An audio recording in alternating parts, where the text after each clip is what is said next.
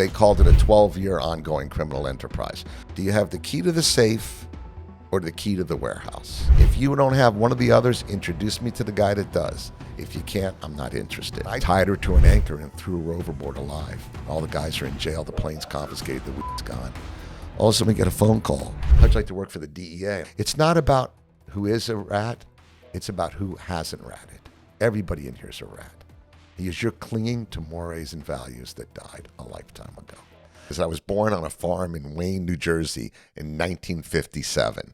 So it was Norman Rockwell, if you know that, John. You know, it was simple America. We had a farm, and I was born. My grandfather had the farm. I lived on a house on the farm. My father worked in New York City as a corporate guy. So he'd drive back and forth, and, you know, we had horses and cows and horse shit and cow poop, and, you know, it was kind of cool. And then in 1969, I moved to New Orleans. Okay. So here I go from, you know, that to basically the Sodom and Gomorrah of the South. Right. You know what I mean? I remember walking out one time and seeing a guy with boobs like halfway through a sex change. And I'm like, wait a second. I remember when my friend was trying to explain that to me, I go, wait a second. A bull dresses up to look like a cow? Right. How does this work? I'm so naive. Right. There's no internet. No, I was 12 years old. You know, my best friend was Frank Monteleone. Have you ever been to New Orleans? It's like the largest hotel in the French Quarter there. It's like $1 billion family, and he's taking me under his wing to show me New Orleans. You know, it was an awakening. As I say, what year was this? 1969. So this is the age of Aquarius, riots in the streets, hippies. I never saw a hippie. You know, there were bell bottoms, and I'm a 12-year-old kid. Shortly after that, my dad passed away. We moved there for him to run a part of the family. He worked for another part of our family's big corporation, a big department store, and he died. So now, how did he die? He just had a fluke heart thing, and, you know, instantly. Like one day he was with me, and next day they wheel him out, and it's the last I ever saw of him, you know. So that's traumatic as a kid, right? Yeah. So Frankie turns me on to smoking weed, and then the next thing I do is take a quarter hit of Orange Sunshine, because, you know, it's a gateway drug. So the next drug was acid. You know, What's orange? I don't even know what orange. Orange Sunshine was acid. Oh, okay. Yeah, there's like there was barrels, and, you know, I'm sorry, yeah, that was acid. So I took a quarter hit. It was 4-way on Orange Sunshine. Okay. So you didn't know that. I'm glad to be there. Yeah. I'm glad to be there for you. Yeah. So and then that was the start of it. Frankie's dad and him, you know, we were just two kids on the streets with really wealthy families, very wealthy families. And one time Frankie goes, he was a child diabetic, and he goes, let's go down to the quarter. I'm going to trade a needle to these junkies for a joint, or a needle for some.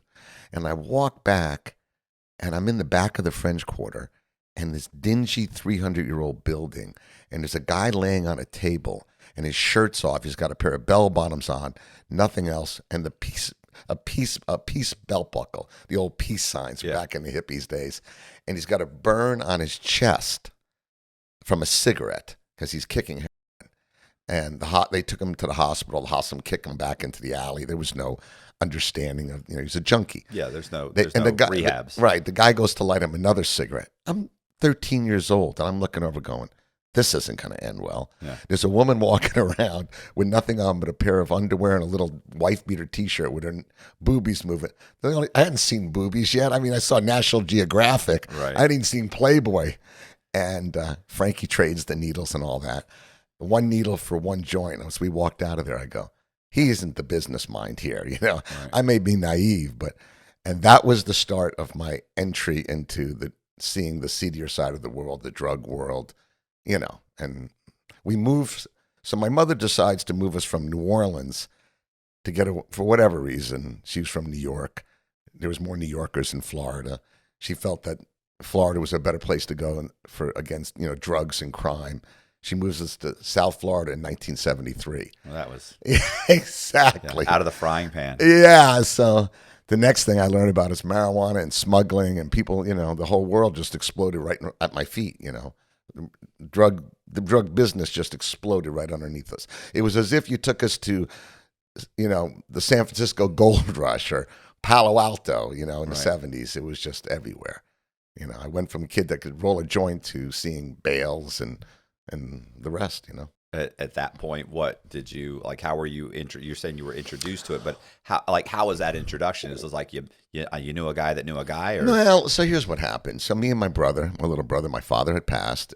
We were a little entrepreneurial, and everybody started selling drugs. In high school, we would literally had it down to if we knew it was tourist season or concert season, we'd buy a pound of weed, a quarter ounce of blow, a bunch of Quaaludes, and just start selling to all our friends. Everybody knew they could come to me and my brother to get drugs. We even had two different offices. He had his bedroom and I had my bedroom. So people would come and go to him and say, well, his prices were a little high. They'd come to me and get a better price. But we were actually partners. It didn't matter. And this went on for years while we were in high school. I had long hair. We were the local high school drug dealers. Among everybody else, I mean, everybody was. Imagine small town America, Hollywood, Florida, which is next to Fort Lauderdale, is where I lived at the time. It was a sleepy little beach town. Mm-hmm. Nothing big ever happened. The police blotter said that somebody's oranges got stolen off their tree, a car stereo or a bicycle. So my uncle had on I forget the name of the lake there in Hollywood, Florida. He had a summer lake on Hollywood, Florida, and every summer we used to go down there and we would play in the lake, go skiing. We would jump off the bridge. There was a bridge you could go across and jump off. The old Hollywood Bridge right on North Lake is where you probably also. Actually, the first. It's completely dried up. No, not completely, but it's dried way. The water level has gone down dramatically. Anyway, it was old. You know that. How old are you? Me? I'm old, bro. I was born in 1969. Okay, so you know that. You were in Hollywood. That was the old Florida. It was very. They had a beach. They had the brick walls. Yeah. You'd run up listen. I have tons of huge fond memories of. It was great. That little town. And it was definitely a little sleepy little town. And that was That was probably in the mid 70s. Exactly when I was there. It was a sleepy little beach town. Me and my brother were from. My brother probably bought weed from you. Yeah, well, I probably did. Or one of my friends, anyway, I'm sure. One time, my older brother and I, when we first moved there, he goes, let's go out and take a little ride around, see how it's, what it is. And my older brother's very straight-laced. We drive around. I mean, imagine being in New Orleans. So in New Orleans, it's a night town, right? 11 o'clock at night, it starts popping. Right. Kind of like South, Miami or whatever. And it was dead. My mother says, don't worry, it's coming. It's going to happen. 35 years later, it still didn't happen. It's a sleepy little beach town. So anyway, I start selling drugs, and we're selling, grams and, and ounces. And one time my mother has enough. We tried to cut her in, say, hey, Mom, do you want a little piece of the action? And she's like, no. So she found 4 pounds in my brother's room. So she flushed them all down the toilet. Oh, wow. And we're like, why did you do that? She goes, it was a lot of work. I had to use like 4 toilets. I had to borrow a toilet from the neighbors. And I'm like, Mom, why don't you just throw it away? Or better yet, why don't you just leave it? So it was a setback, but we kept selling. And I always assumed, I think all of us always assumed, you could go to juvie back then. Right? If you got caught, you'd go to juvie. You wouldn't go to jail. Like today, they'll put kids, 16-year-old kids in prison. Yeah. It's the business of, prison. Back then, they actually maybe had a little more heart or a little more common sense. So I figured, well, when we turn 18, I'll stop, right? Because I don't want to go to real jail. Right. And that's why I call the book One Step Over the Line. I'd always figured. What? Was that a plug for the book? Not yet. No. Well, I mean, it tells my story. I just said back then, in my 20s, actually, I was a little older, I said, what am I doing? I've taken this one step over the line. And if you read the book, at the end, you realize I come to the realization it wasn't the one step over. Right. It was the failure to take 2 steps back when everybody else did. Right. To say, I'm going to go to I went to college, was there about a little bit, and said, I'm going to go sell some weed, and went home, So, and that was the start of my drug dealing, learning the business. So getting a job was not. I had jobs. Right. I had little summer jobs because I would sell drugs to the pizza guy. I worked at a pizza parlor. I was a cab driver. But once I was 18 or 19, no, I ended up meeting. So Frank Monteleone, his father, very powerful, wealthy guy. He had a friend that they were going to buy and sell yachts together. So Frankie came down with the guy because he was going to try to, Dad wanted him to have a summer job. And he introduced me to him. And the guy's name was Sanford Harlan Perkoff. Sandy, if my dad taught me how right it was to be good, Sandy taught me how good it was to be bad. Right. He was an ex-aluminum car siding salesman. Have you ever seen the movie Tin Men? Yes, that's a great. That's him. Tommy Sikorsky, all these guys he introduced me to as a kid. Those were the guys on trial for the Tin Man story. And so he was a con man from day one. He was married 5 times or 4 times at the time. One of them was he remarried his ex-wife so she couldn't testify against him in court. This guy. And he looked like Paul Newman. He a poor man's Paul Newman, but girls loved him. Right. He was, as they say back in the day, pardon me, a coxman. He was always had a girl under his arm. And he loved me because I was honest, smart, and he put me under his wing, and I was his protege criminal. And my mother actually confronted him and said, "Listen, what are you doing?" He goes, "Listen, I'll make sure your son never is in a place where he can get in trouble." So he was a yacht broker. So he ended up meeting a lot of smugglers that wanted to buy yachts. So he, in turn, and all my friends are growing up as smugglers. By the time I was 20, I had friends that had died in plane crashes in Colombia, were murdered, shot. We were growing up in little sleepy Hollywood, Florida, to all be drug dealers. Right. That was the business of the time.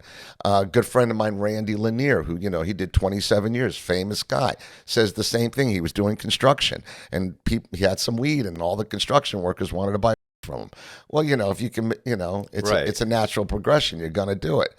So Sandy ends up using me to do things like fly Learjets of money to the Cayman Islands for big smuggling groups. And I was 19 years old. I remember me and my girlfriend one time, we have a Learjet and we get on, we're dressed up like rich kids, going to the islands.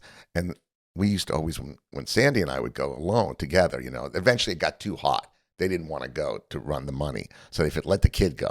If they arrest him, what are they going to do with the kid? We'll bond him out.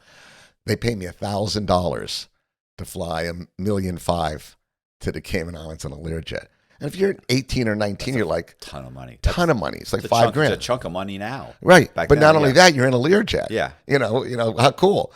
So, and what are you doing? It's just in a suitcase. A suitcase in the back. back. A couple with your suitcases. Yeah. Okay. So I'll tell you how it went. So they offer you, do you want a bottle of Dom Perignon? Your boss always gets one. And I've drank a bottle of 1969 Dom Perignon by that time. We knew what good was, but I'm a kid. I would have been happy with root beer. Right. It's like 11:30 in the morning. I go, do you have any concept of what it costs? no. And they were pissed off when I didn't pay for it.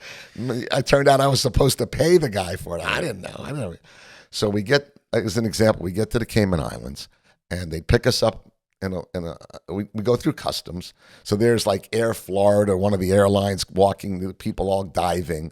I get off the Learjet, and what they would do is the bank would meet us and they'd walk us to a special customs guy. Mr. Smith was his name.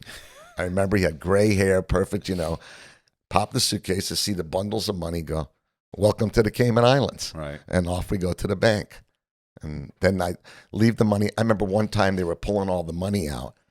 And I look down, I see a seed rolling along in the suitcase.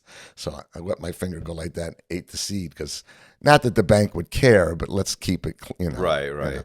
They make, I don't know. So anyway, so that was like kind of my introduction, flying Learjets with millions of dollars. And at the same time, I was still building my own little drug empire, selling quarter ounces of Coke and then ounces of Coke and weed and, So at some point, obviously, it switches from marijuana to Coke. Kind of in the beginning, it was always Coke. It was always marijuana. Oh, okay. But most of it, I wasn't a big Coke dealer. I was a marijuana guy because all that in the beginning in the 70s, there wasn't that much Coke. Right. As an example of the explosion of the cocaine business. When I was selling coke, even in grams, whatever, a kilo of cocaine was $57,000. People used to ask me, the gram was still $60, and he goes, "Is it cut?" Oh my God! Of course it's cut. The guy bought 1,000 grams, and he's selling you one for 60. It's cut 4 to 1, 5 to 1. But back then, think about it. You could buy a kilo of cocaine for $57,000, cut it in half, and sell it for $57,000. And make $57,000 a kilo. It's a lot of money. I mean, but in the end, when I finally, at the end, I would pay $11,000 a kilo. Now, again, I'm getting it from the sources or thereabout, but in the marketplace in Hollywood, Florida, in the, the drug exchange, you can make $1,000 a kilo, and you had to be somewhere about between 11 and 12, 10 to 12,000 or you wouldn't have a buyer because the guy would find it somewhere else. When I first, so the marijuana explosion happened, right? I was working for Donnie Steinberg, and they were bringing in hundreds of thousands of pounds at a time. So so I'll tell you what happened. At the same time in the 70s, I had a partner in high school, this guy, Terry McDonald. And me and him were selling ounces, buying half pounds, buying pounds of weed, along with my brother. Everybody was doing it. And Terry moved back to Ohio because of the construction collapse in Florida in the 70s. He's got a job working at the Ford plant. And he calls me up and he goes, "Hey, I can sell weed up here." And he had he looked strangely like Burt Reynolds in a strange kind of way. Even won a Burt Reynolds lookalike contest, walking through a mall. He wasn't even in the contest, and they voted him in. But anyway, so he had a black Trans Am. So he was taking it all the way. All the way, right. Just smoking the band. Yeah. And I says, "Well, what do you want to do?" He goes, I said, "I'll tell you what. If you can come get it," now he's in Ohio, "I'll give you 2 pounds. I got a couple pounds here." So he drives from Ohio down to Fort Lauderdale. I throw him a couple pounds. Now he's off of work. He's got like a 3-day, he's only got a couple days. It's a 19-hour drive, which I've done many times after that. So he drives back to Ohio and he sells the 2 pounds. He calls me up. He goes, "Man, they sold fast. I could do this." That happens. Yeah. I go, "All right, I'll tell you what. Donnie, another friend of Good Time Charlie, he had a bale that Donnie had given him. He's trying to sell it to somebody to make some money." I go, "I'll tell you what, Charlie, give me the bale." I called Terry up. I go, "Listen, come down. I'll give you a 50-pound bale. I got one on the front." So he drives down in the Trans Am again, and then we go to put it in the trunk, and we realize, wait a second, the bale doesn't fit in the trunk. Yeah. So we're pulling out his luggage, the spare tires, the jack. We squeeze the bale right, and we're doing this right in the street. Squeeze the 50-pound bale in the trunk, and off he goes. Calls me back. That sold really fast. In the end, we would send between 1,000 and 1,500 pounds up at a time, and we did that for years. How are you moving that? So what I did was, local kids from high school, got them.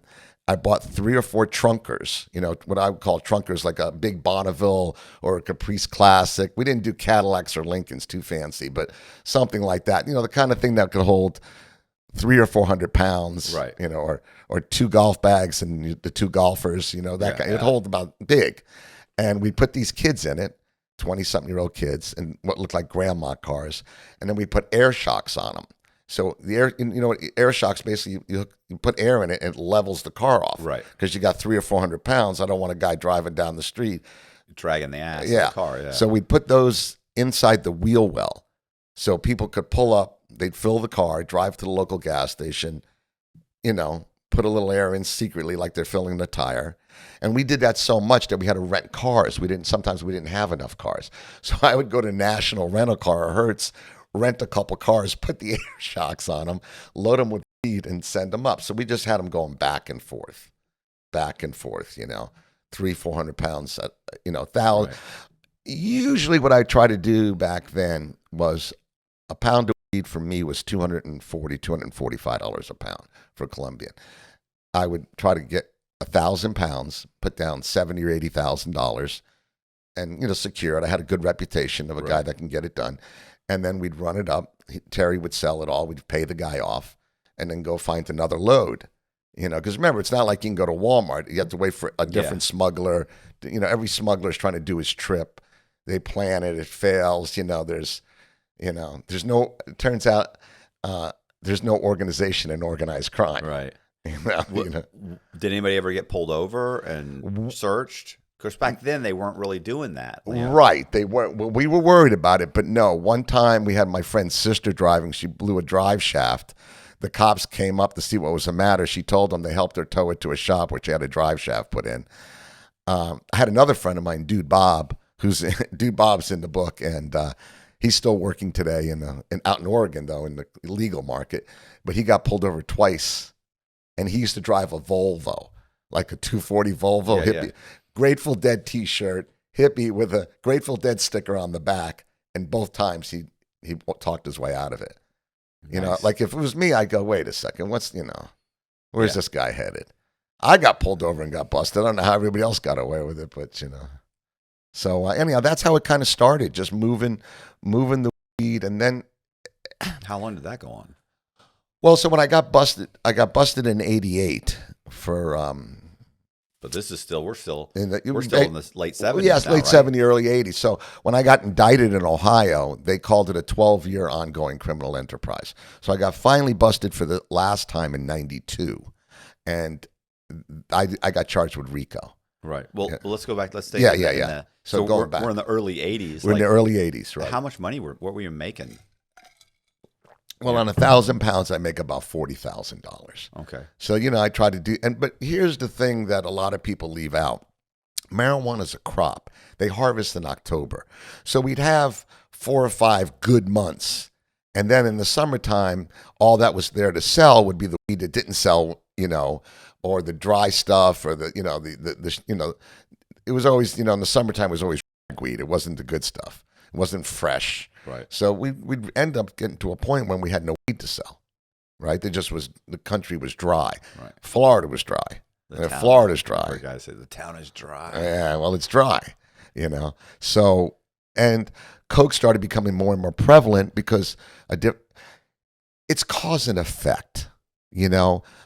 If they never made, as I say in the book, what if they never made drugs illegal? What if they just had a sensible approach like cigarettes and alcohol, right? Because they had to know.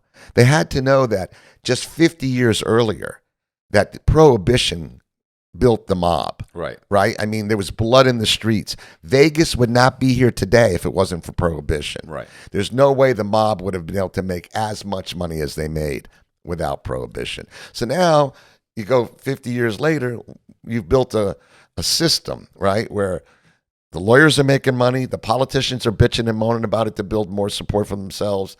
You know, the money, everybody's running it. The banks are making a fortune. Every businesses in South Florida were built on drug money.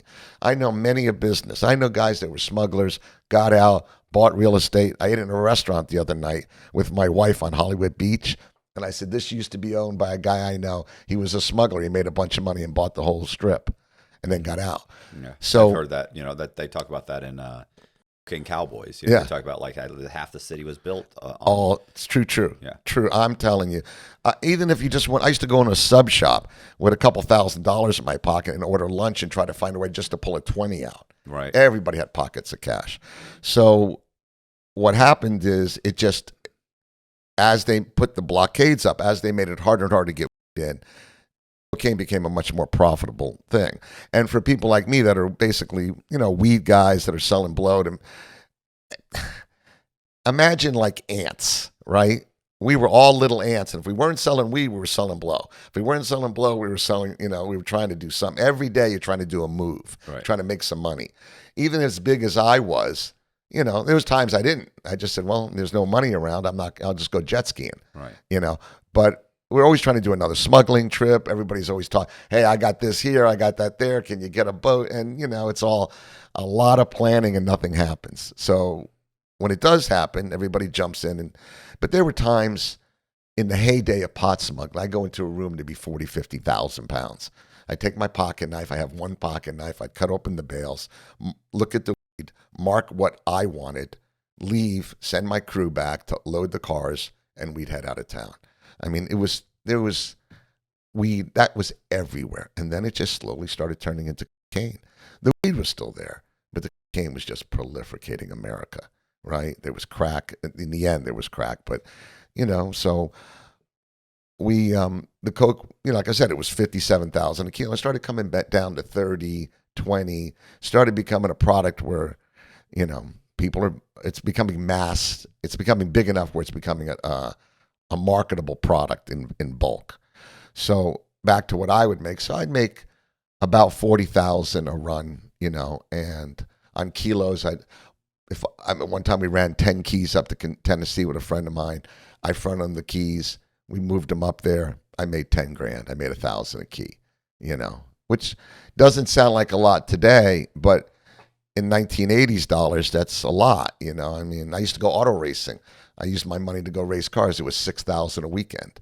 It's like, I'm looking back on, boy, if I only had that money now, right? Right. It's like, and think about the future value of the money today, 30,000 a weekend, 25,000. Right. And you're saying this wasn't regular. So you're saying that there was like you said, there was seasonal. It's not like every week you're making this money. It's right. It's seasonal. It's but you're always looking to make a buck, right? So here, maybe I'm selling, a half a kilo, to breaking a kilo down and selling it, to some friends, But most of what I did was try to load as much as I could in the cars and get them to Ohio, or do a smuggling trip. Like the time I got busted with the 1,400 pounds in mass, we had a friend of mine had smuggled 40,000 pounds into Canada, and it was just there. They couldn't sell it.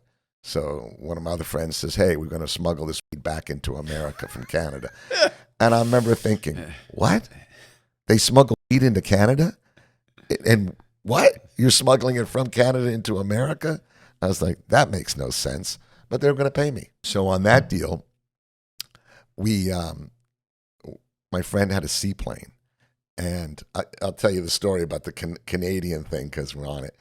And what we did was we loaded the weed in a seaplane about 200 pounds at a time because the plane can't hold that much, and fly it down from one lake to another lake. And I'm sitting on the side of the bank, reading a book in a pickup truck, and he pulls the plane up, and I go out. We load it into the truck. I drive it to a stash house, and we just kept doing that till we had about 1,400 pounds. The reason we did that is we were trying to get enough in to see if I could take it to Ohio or Buffalo or one of our other markets and try to sell it. Right, so we needed enough to make it worthwhile. Right. So we did that. It took a couple bales. I just couldn't sell it. It just wasn't selling. It was garbage. It turned out that it was the reason it was in Canada in a freezer for 2 years is it was garbage weed. Right. Summertime weed, the stuff that and as the market got more sophisticated, you couldn't sell that stuff. Right. Yeah. So I decided to drive up there. We agreed to take it to Washington, D.C., where there might be a market. A friend of mine, the guy actually, the pilot, said he might know somebody. So I fly up there, load the weed into a U-Haul, driving back down, and I get pulled over in Massachusetts because the guy's looking for fireworks. Illegally searches the truck, finds the weed, and next thing I know, me and my friend are in jail, the guy. And in that story, my friend had gotten out of the business. And I called him up. He was working in New York as a legal guy. I go, do me a favor. I need to move this truckload of weed up. I'll pull it out of Mass. I just don't want to drive it the rest of the way. I'll pay you $1,000 just to take it from, meet me in Mass and then drop me off in New York City. You take it to D.C. And he was going home for 2 weeks to see his family. And I go, and then I'll fly you home. You can have a nice vacation. I'll fly you back. We get busted. The guy spent 2 weeks in one of the worst hellhole jails in America. I mean, I really fucked up his life. And we ended up beating the case, though. Oh, okay. But because we both kept our mouths shut. He was one of the guys from high school that was a pro and worked a lot of trips for me. And it was an illegal search. Yeah, we finally proved that. We were tried in the oldest working courthouse in America in Salem, Massachusetts. Wow. We had to do it was so I had to get up on the stand and tell the truth. Say, yep, I loaded this weed because, we had to tell that I did it and tell how he pulled me over, threatened me with a gun, lied about it all. And the judge went for us. But it was pretty funny because my lawyers go, listen, while you're testifying, there might be a tour group come through because this is also, the oldest. This is where they hung the witches. Right. This is where. Yeah, Salem witch trials. Yeah. So he goes, you might find I'm testifying, going. There's a tour group going. There was. I was like, shit. So that was one case, but it was kind of funny because he spent his entire. When he got back to work, they said, "Man, you look horrible. What happened? You have no tan. You've lost weight." That was the vacation. That was the vacation. And it was a hellhole. It was built in the 1860s. They had no air conditioning. You didn't have uniforms. You had to have your own clothes, and somebody had to come wash your clothes and bring them back.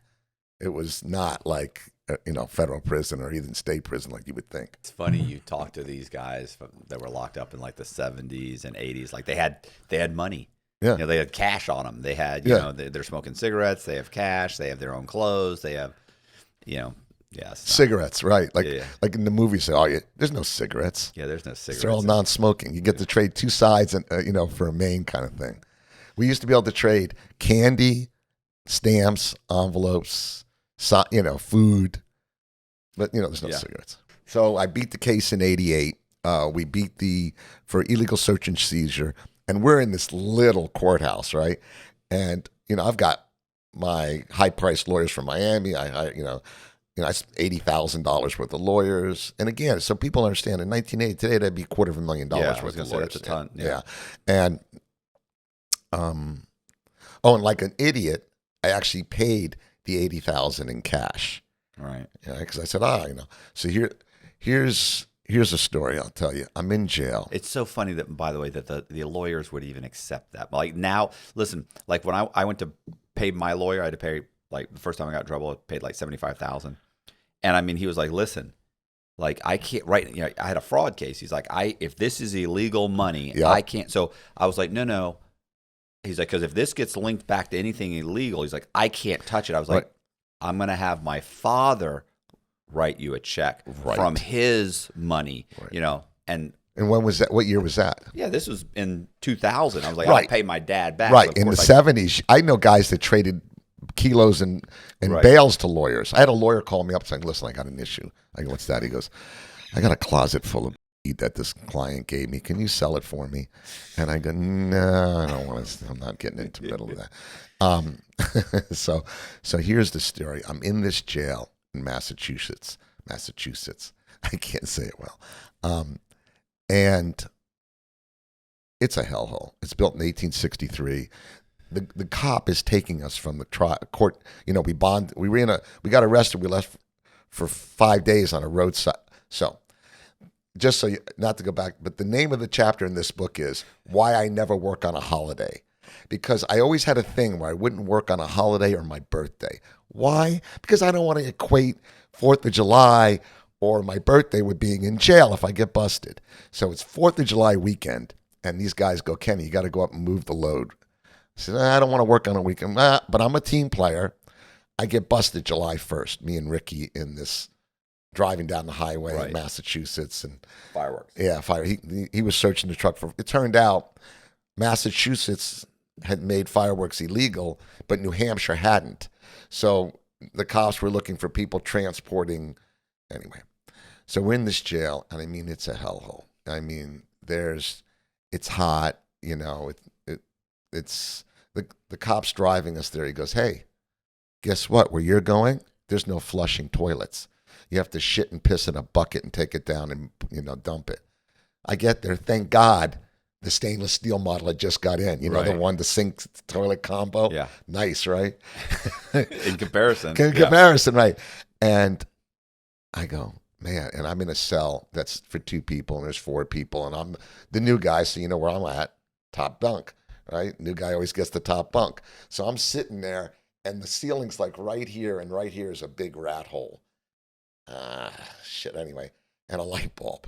And so I'll never forget, about several days in, Jose, my cellmate, who was the toughest guy on the block, and he goes, hey, Ming, hey, Florida.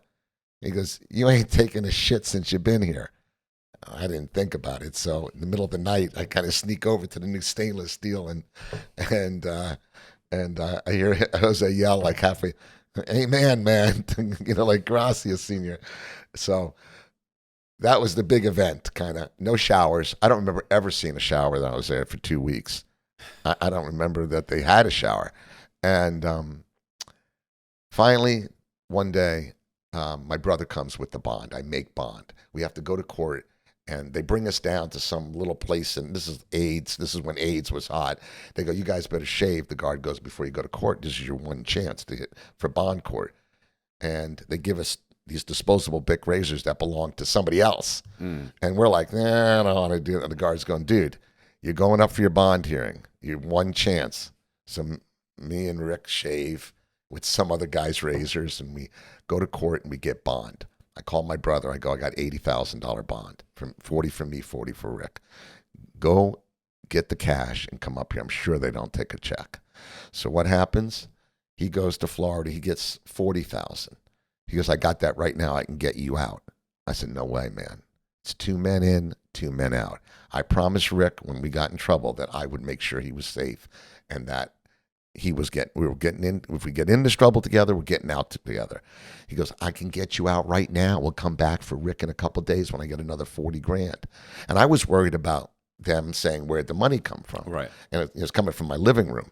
But my brother's a financial guy. He could, so my brother races up literally at 100 miles an hour to get to the courthouse on a Friday afternoon to bond me out. They call me upstairs, and he's on one side of the bars. And this place looks like something out of the Wild Wild West. This isn't a modern, I mean, I can imagine, they didn't have sliding doors until, they actually had a guy, the screw come with the key. They finally got sliding doors. And if for those that don't know, in prison we call the guys screws, right? The guards. Right. It's because they screw you in, right? The theory is every time they turn the key, they're screwing you into life's little hellhole. And so my brother's there, and the guard goes, oh, we don't take cash. We only take checks. And I'm going, what? I thought I'm getting out, And finally, because he finally got me $80,000. And it was Friday afternoon, and I go, and there's a guy next to me, and his wife and his 2 little girls are on the other side next to my brother. And they're all wearing matching sundresses. And I guess they're trying to see their dad, or maybe they're going to get, I don't know what. They're like 7 or 8, maybe 10, I don't know. And she's a young, maybe mom. And the guy drops to the floor and has a heart attack right there. He's curled up in the fetal position, foam's coming out of his mouth. And the guard's going, there's nothing I can do but give him an aspirin, ma'am. And as that's happening, I'm ashamed to say, I don't give a fuck. I see my brother on the other side of this door, and he's supposed to have my exit. And I'm literally jumping over the guy as he's dying, stepping back and forth, going to the guard's desk, pulling on the damn door, the bell, climbing basically the metal thing, going to my brother who's on the other side, get me out, get the money. Can't do it. And finally the guards just grab me and bring me back to my cell while this guy's laying there. Right. And I had lost my dad as a young kid. And, you look back at some of the things you do and you just go, man, what kind of animal was I turned into? I mean, there's a man dying in front of his family, and I always wonder, I hope he lived, but, and so I get back to my cell, and I remember Jose. And I'd lost, again, I'd had a lot of loss in my life. My grandfather died, my grandmother, friends. And I remember one time me and Jose, right around the same time, we were sitting there with our arms through the bars. You know how you do that? Mm-hmm. And he says, hey, Florida. I go, what? He goes, people die every day. And I don't remember the chronological events of this. Right. But I know that advice has helped me a lot through life. To just realize that we're finite. Right. The clock only ticks one way. But it was pretty poignant there, So anyhow, I bond out. We go back and forth to trial. We stall about 2, the thing about a drug case is you want to stall as long as possible, right? You want to stall 2 years if you can. Right. So how am I going to pay for the lawyers selling drugs? Right. So my friend Bob Silverboy had brought a load of into Washington, D.C. I don't know, 10, 20, 30 keys. I don't know how big his load was, but he offered me the opportunity to sell it. So I would literally put on my suit and tie, fly to Tyson's Corner outside of DC, have one of my delivery guys or one of my customers or one of my transport guys meet me there. Had 2 warehouses, one for the blow and one for the cash. I would hand the blow out, jump back in the plane, go to DC, get up in court and go, yes, Your Honor, just Right. whatever this stall tactic was, jump back in whatever I took, from Boston back down to DC, get do another deal. So I was literally going back and forth to court at one point, in the middle doing a cocaine deal. Right. Deals. And I remember looking at Bob Silverbull and go, do you know what's going to happen to me if I'm out on bond for moving 1,400 pounds and I get busted moving some kilos? It's going to be bad. It's going to be bad. But I had to pay the lawyers. I had one lawyer when I was a kid. I got in some trouble, and it was not exactly putting me in jail or anything, but I knew I had a case that they were looking at me. I said, I don't know what to do. And the lawyer looks at me and goes, seems like what you're doing does pretty good. I just wouldn't get caught. Right. I'm thinking, I'm trying to get out of this, and you're telling me that I should stay in it, just make sure I keep him as my, So I was thinking to myself, I walked out, I go, no, I see I've taken one step over the line. I'm trying to learn how to come back, And I came from a good family. My brother's a big lawyer, my older brother, my younger brother's a big-time financial guy. But I had learning disabilities as a kid. I had dyslexia, and nobody knew. I failed first grade.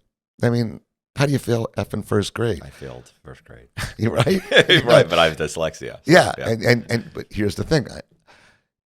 20% of the people in the country have dyslexia. 50% of the people in jail are dyslexic. Because, and I mentioned this to you the other day, you're not one of the blueberries that fits into the conveyor belt. You can't learn the same. So what ends up happening is you start feeling disenfranchised and outcast. And I remember when I was a kid, like I'd go to school and they put me, all of a sudden, like day 1, I'm good. I'm thinking it's going to happen. It's going to happen. Finally, like day 4, okay, Kenny, you go sit in a little round table with Johnny. I remember one time, I swear to God, going, that kid is an idiot. Right. I'm a smart kid. I just don't understand. I'm smart. He's a dummy. But there was no way to fix, right? So I failed algebra 7 years in a row. All the way, I tried to go to college, and I was in college in Tampa. Was it US? What do they call it again? USF? Yeah. Yeah. And, but there was drug dealing, going down in South Florida. And, I just kind of gravitated back to, the pot thing was, I was in USF in 78, 77. So, yeah. So, I mean, it was exploding. So I ended up going home and selling pot and, working for smugglers. And so I ended up getting, at one point I got in some trouble with Frankie Montleone. He actually got busted. Here's an example of what the government, they're stupid in what they do. Here's a kid that's probably family's worth $500 million. He's a diabetic. He's a cokehead. He's using his needles to shoot coke. He's using the thing to keep him alive is going to kill him, right? What's in coke? Sugar. Coke's cut with inositol, baby laxative, which is basically sugar. So he's killing himself. He comes down, he's coming to visit me, and he goes home and he gets busted trying to sell the DEA a gram of coke, or 1.5 grams. But the DEA agent says, can you get me a couple ounces? And again, that was a big deal back then in the late 70s. He says, sure. He can't. He's just trying to sound big. He ends up getting a 1.5 years in Club Fed. And his family had a lot of power, but I think they figured, let him go to Club Fed, dry up, play tennis, get away from drugs, come out, and he'll be the heir to a lifetime fortune. He'll never have to work again. Which would probably kill him. He ended up doing 10 years because he'd get out and get violated. Get out and get violated. He was a drug addict, not a criminal. He never would have ever done anything as a crime to society. I remember one time he got violated. I had to go back up to the federal marshals to get my bicycle he was riding. He was in Florida hanging out with me, And after one of the times he got out of jail. And I said, buddy, there's judges, lawyers, cops doing coke, partying every night. They go, yeah, but they're not on probation. Right. I go, right, but he's not a criminal. And at 44, he died in a dentist chair, finally got out of paper, and, he was a child diabetic. So there's an example of, and in the book, I go over more than one example of how the drug laws killed the people or left families without fathers, families without kids. It's funny you say that because we're actually doing a podcast after this podcast with a buddy of mine, Pete, who basically explains the detriment that the drug laws have caused to the country. Absolutely. And he's got a whole thing on it, so. Well, the first I go into a little bit in the book, right? Shameless promotion, about what started the drug wars. In marijuana, there's no such word as marijuana. It was made up. There's cannabis, there's sativa, there's indica, there's hemp. Back in 1930s, some politician wanted to build his bones on cannabis. They actually came up with the word marijuana to make it sound like it was Mexican because they wanted to hang it. They wanted to say, oh, these immigrants, Mexican sounds familiar, right? Blame the Mexicans. Then in 73, Nixon had a problem. There was the Vietnam War, the Pentagon Papers, the riots in the streets, right? The hippies, the anti-war movement was starting in the late 60s, 70s. So Nixon and this damn bomb wrote this book, Smoke and Mirrors, where he goes into, and most people may not remember, but Nixon's right-hand man was a guy named Ehrlichman. And he interviews Ehrlichman towards the end of his life, and Ehrlichman admits Nixon started the war on drugs and the DEA to villainize the hippies in the streets and to, put inner city brown and black people as addicts. They made the no-knock laws. They made the search and seizure laws. They changed our freedoms in order to take the political heat off of Nixon and help him try to get reelected, which he didn't. But the Pentagon Papers, for those that don't know, was a study that was done by the Rand Corporation that proved through 5 presidents that we had no reason being in the Vietnam War. We were never going to win it. Right. And then some guy came out and leaked them, and then the Washington Post or one of the newspapers printed them all. Post. Yeah. So Nixon needed to get the heat off of that, and that's why he started the DEA and prolificated the war on drugs. Because I'm going to tell you something. Before the DEA, in the beginning, I was making $5 a pound when I do a deal because there was so much weed and so much demand, right, and whatever. And once Reagan got into power, and he really cracked down on, they put blockades up. They started really trying to crack down on the importation of weed. I was making $40 a pound. Right. It was a lot better for me. And that's when cocaine became more prevalent because it was a smaller package that was just as profitable, if not more profitable. So a guy's a pot smuggler. He can only fit, as an example, you can fit 5,000 pounds in a DC-3, let's say, right? It's a plane, big plane. And there's only, all right, so 5,000 pounds of marijuana, you might make, $500,000 on it or $1 million, whatever. You can, if you own it for 100 in Colombia and sell it for 250, it's about a $500,000 move. Plus you got to pay off the pilots and all this. In 5,000 pounds, and you're going to make millions of dollars. Right. I'll tell you a funny story. I was in college. I'm in economics, and the teacher, I'm sitting in the front row, and the teacher says, what would happen if they made prostitution and marijuana legal today? Theoretically, I guess he was saying that the price would go up because demand would be, you can market the demand. You'd build demand through marketing, right? And I raised my hand. I go, no, the price would plummet on marijuana. And I go, look, well, you don't have to pay a pilot $20,000. You don't need a chase boat. You don't need, you don't have to get, lawyers, this, that. All things that a college student shouldn't know. Right. And all of a sudden he's going, how do you know that? And I look around and I just put my hand down and go, never mind. I know a guy. Yeah. And I'm talking about, I know how much each boat captain, you need 2 guys in each boat. Each guy's going to captain gets 20, loader gets 10, Yeah, now you just drive it in through Mexico. You could just you could just bring it in. And containerized shipping. Yeah, I was going to say, you bring it on a ship. You could just be massive. They don't do it the same way anymore. I mean, I'm surprised when I see that they're not smell. And here's an interesting thing. most people don't smuggle marijuana anymore. Why? Because it's grown in America. Yeah. You can buy it. They took the market away. They collapsed the market on, and nobody wants commercial weed anyway. You want indoor, the good stuff, Right. So that was the proliferation of the drug business. And the more violence they brought, the more laws they brought, the more people. My friend Scooter got busted one time on the ground crew unloading a plane. He did 3 years in Club Fed.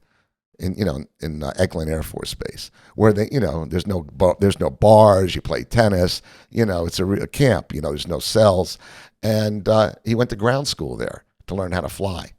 I mean, Right. Because the pilot kid, what are you doing on the ground, kid? You should be a pilot. You make more money, you have less chance of getting caught. So when they made but at the time, 7 years later, you get 15 years. So what are you going to do? You're going to shoot your way out. Yeah. Why do these gun violence in the streets of Tampa? I went to college down here. They didn't have murders. Back in the 70s, they just had bodies. You wake up every day to the newspapers, some bodies. I go, in Miami, at least there's a murder. There's some violent car chase. Tampa, they just threw the bodies in the bushes. So it was the proliferation of the drug wars. The drug wars, like all war, begot war. They made their own. The government built what the government. You know what I mean? It just proliferated. If there was less law, I'm not saying the answer is to let everybody do coke and fentanyl. I don't have that answer. Right. I'm just saying that's kind of a cause of effect. Yeah, so I ended up getting out of that court case, beating the case in Massachusetts, 1988. So what do? Go back to work. I mean, that would have been a good time to quit. Right. Right. I'd already been in trouble when I was a kid and had to leave the country and go. Earlier, we didn't talk about it, but I had to leave the country when Frankie Monteleone he did testify me against court, blame me for giving the coke deal that he ended up going to jail for, but I had nothing to do with it. The prosecutors just wanted a guy from Florida in the story. Right. They wanted to get their Florida guy. So I heard about it, and my mentor, Sandy Perkoff, said, you should leave the country, go down to Jamaica and stay with this guy, Al Lipton, who we all knew who was a big king smuggler. And he goes, he's got a place down there called Samsara. It's a hotel in Negril. You can go down there and live. Nobody's going to charge you anything. Sandy kind of wanted to dry me out. He knew I was doing a lot of blow at the time. I was 19, I think. This is in the middle of whatever. I was about 19. And the other thing I found out later on was that Frankie had been involved with Sandy's daughter in running some drugs out of Florida or something. So I think she might have thrown my name in, whatever happened. I think Sandy knew enough to say, Kenny's my right-hand man. I mean, you know what I used to do? They'd buy a boat for a smuggling boat, and I would do all the title work. I was 18. I'd forge all the names. Let's say they bought a boat to do a trip. This would be like Donnie Steinberg, who was one of the biggest smugglers in the world. They named him Marijuana Inc., and that's who I was also moving the money for. They wrote a book about him called The Underground Empire. Big time smuggler at the time. He was on national television talking about him. So they'd buy a boat. They'd set up a corporation, either an offshore corporation or whatever they could do it. That's what Sandy would do. We had, fake phone numbers, fake corporations. I would sign all the titles. I'd forge all of it. I had a talent. Turned out at a young age, I had a talent for forgery. And then I'd go down. They'd say, and I'd go down and do all the title work. One time they flew me to Louisiana to bring the paperwork for a shrimp boat that was going offshore to meet a freighter. Because the freighters would hold about 200,000 pounds, and then they'd send cigarette boats. A 36 cig would hold about 2,000 pounds. A 50 set Hatter, let's say you had a 54 Hatteras or a 57 Striker, whatever those sizes, they could hold about 5,000 pounds, and a yacht, like a big yacht, like, a motor yacht, you maybe get, 20,000. It's hard, unless you gut the whole inside of the boat, you don't want to, that you still, don't forget, you still have staterooms. They pack the bales all the way up, but they would literally, what we used to do is change the water lines. Like the water line would have several stripes. So when the boat was in the water, it looks like it's still in, Right. it's still, so I had to go to Louisiana and so I fly up there, I drive out to the middle of the sticks where the shrimp boat is. And these guys, they go, oh man, thanks for the paperwork. So they can go out. They didn't even know what they were doing. They go, we're going to get us some oysters. I go, no, you're a shrimper. Right. The rest of these people around here are going to figure out quickly you're not a real guy if you don't even know what you're supposed to be here for. What you're supposed to be here for. So I was doing that again. And so I ended up leaving the country, just stepping back a little bit to the 78, I think it was, and going down to Jamaica.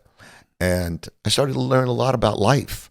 The world doesn't revolve around America. I'm just another guy on an island, learning about this. How a lot of times if you graduate high school, your family lets you go to Europe for a year, or you Right. get a job. Yeah, I went to Jamaica on the run from the feds. Right. And and I'm down there and I'm meeting some people. Met this lady Brenda who was trying America. A lot of them. There's expats, right? And Europeans, and expats is a term for expatriates, Americans. And this guy Hank owned a hotel, Extabi. Al owned Samsara, and there was Rick's Cafe, and I'm just learning the ropes. I mean, it's the 70s, and at one point I'm like, I've been down there about 6 or 7 months, just drying out and staying low, waiting for the case in New Orleans to kind of come to some sort of fruition where I don't have. Hopefully, I'm not going to be extradited to New Orleans to, stand trial for something like stupid like.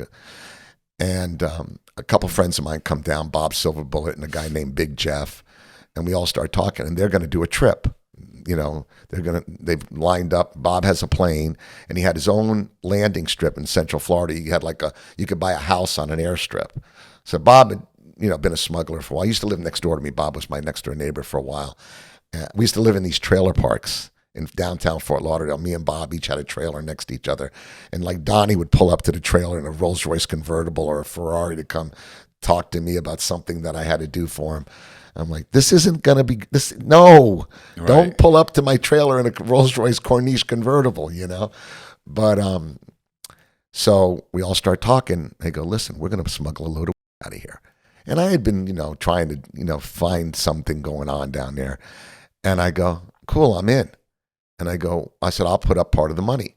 I'll put up $4,000. And when it gets there, my end will be, I'll sell it in Ohio to my partner, Terry. And, you go, all right.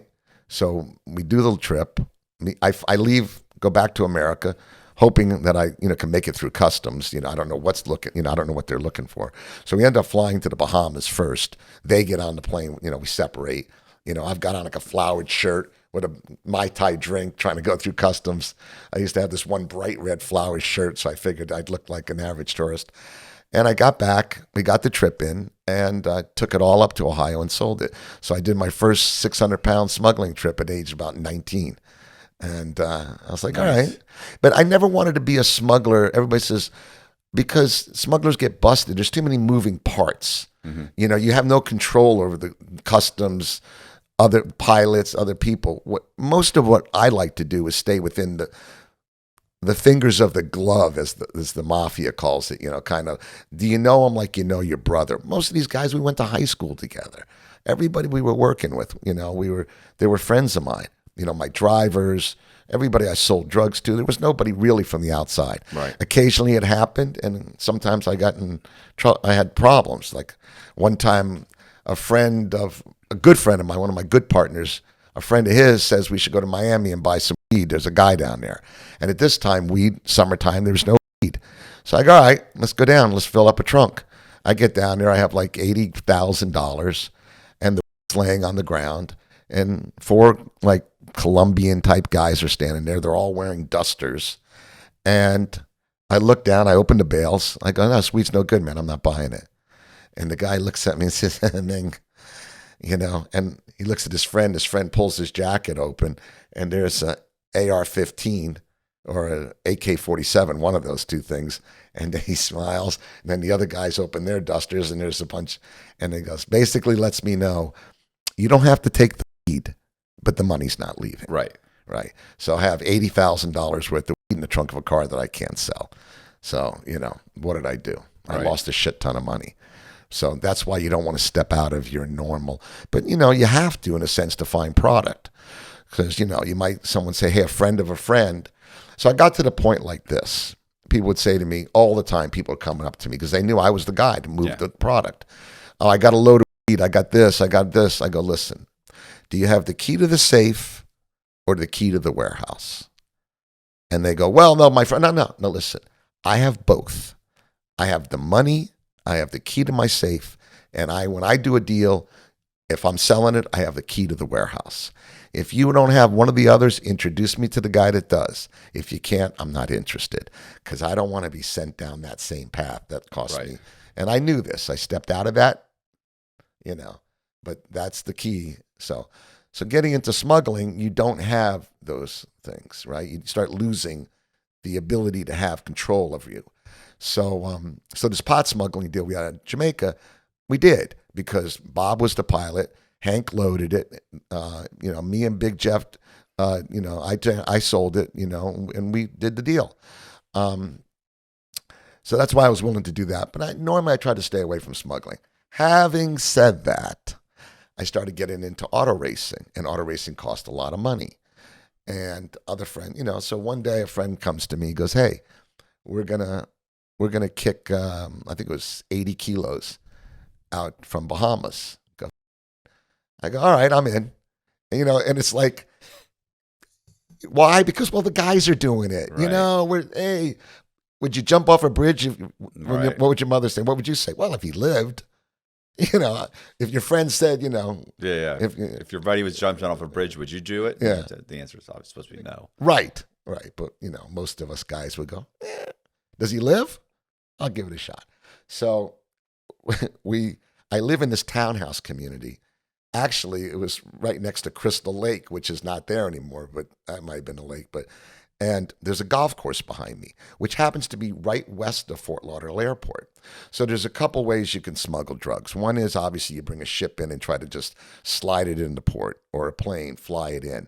Or you can the other way that we used to do it is the plane would fly over the outside of Fort, like outside off the beach. You send boats out there, they kick the bales out. You catch the bales, you put Calium sticks on them, the glow sticks, and then you pick them up and bring them in. Well, as customs got smarter, you couldn't do that stuff anymore, right? Because they're just looking for planes coming from South America, Colombia. It just got harder. The first guys used to throw shit out in the Everglades. If you watch the Barry Seal story with Tom Hanks, Made in America, he flies into Louisiana and throws it out into the woods. And then how many friends I know went out with airboats and picked up bales and brought them in. So we did this one deal where there's a golf course right behind my house. So what you do is you bring the plane in from the Bahamas. You get ready like you're going to land in Fort Lauderdale Airport. You call the tower to say you want to do a fly around, which means you're not comfortable landing. You want to take another shot at it. You're not lined up right. You're not comfortable. The tower's always going to give you a fly around if it's safe. Because what you're saying is you can't land or you're having an issue. What you do is once you drop down, now you're below radar.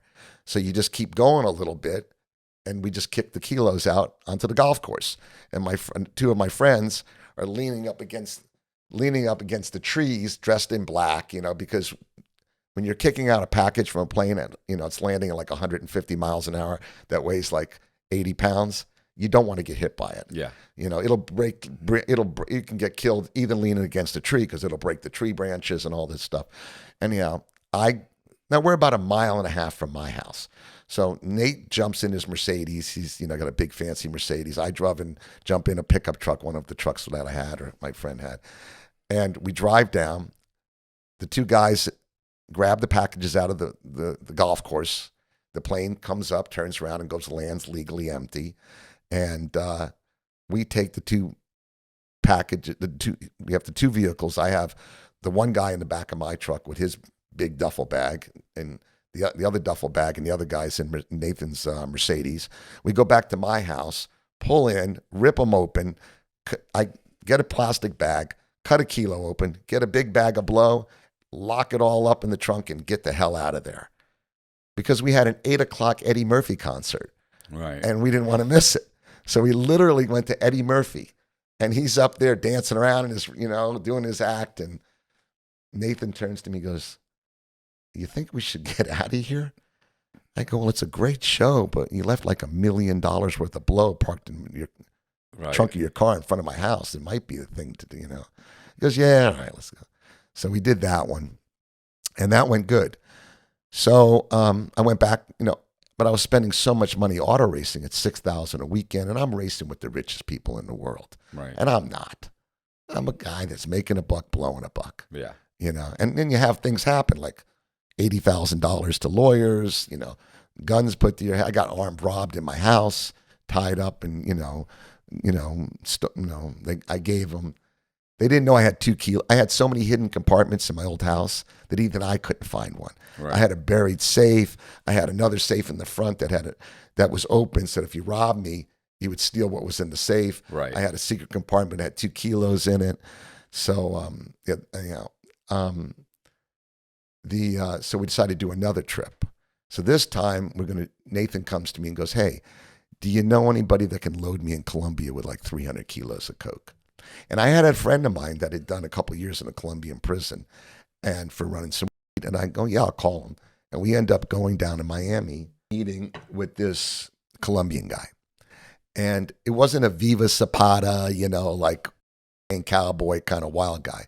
Most of them aren't. Most of the people, this is a sophisticated businessman, well-dressed, sitting in his hotel room. He's looking for someone to move a load out of Colombia, and we're offering our services as a pilot crew. And, sometimes you buy your load and you leave with it. Sometimes it's a split. The guy goes, "I'll give you 400 kilos. You have to give me 100, for moving. I'm going to pay you 100. There's a division. Right. And that's almost better because if the Colombians have a vested interest in the load, it's going to be better coke, and it's going to be more likely that you're going to get in and out of Colombia. They have their own money in it. So it's not a bad deal.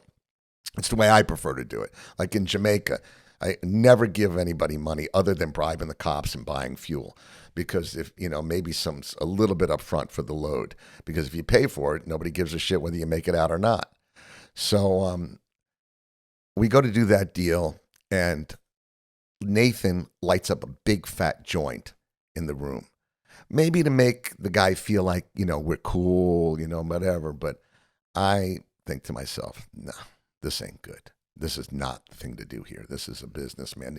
In Colombia and these countries, only the peasants do these drugs. Right. Right. You're not, not professional people. And we get out. I get a phone call, and they said, "Nah, the guy decided not to use us." So I'm like, shit, that could have been a pretty good commission, right?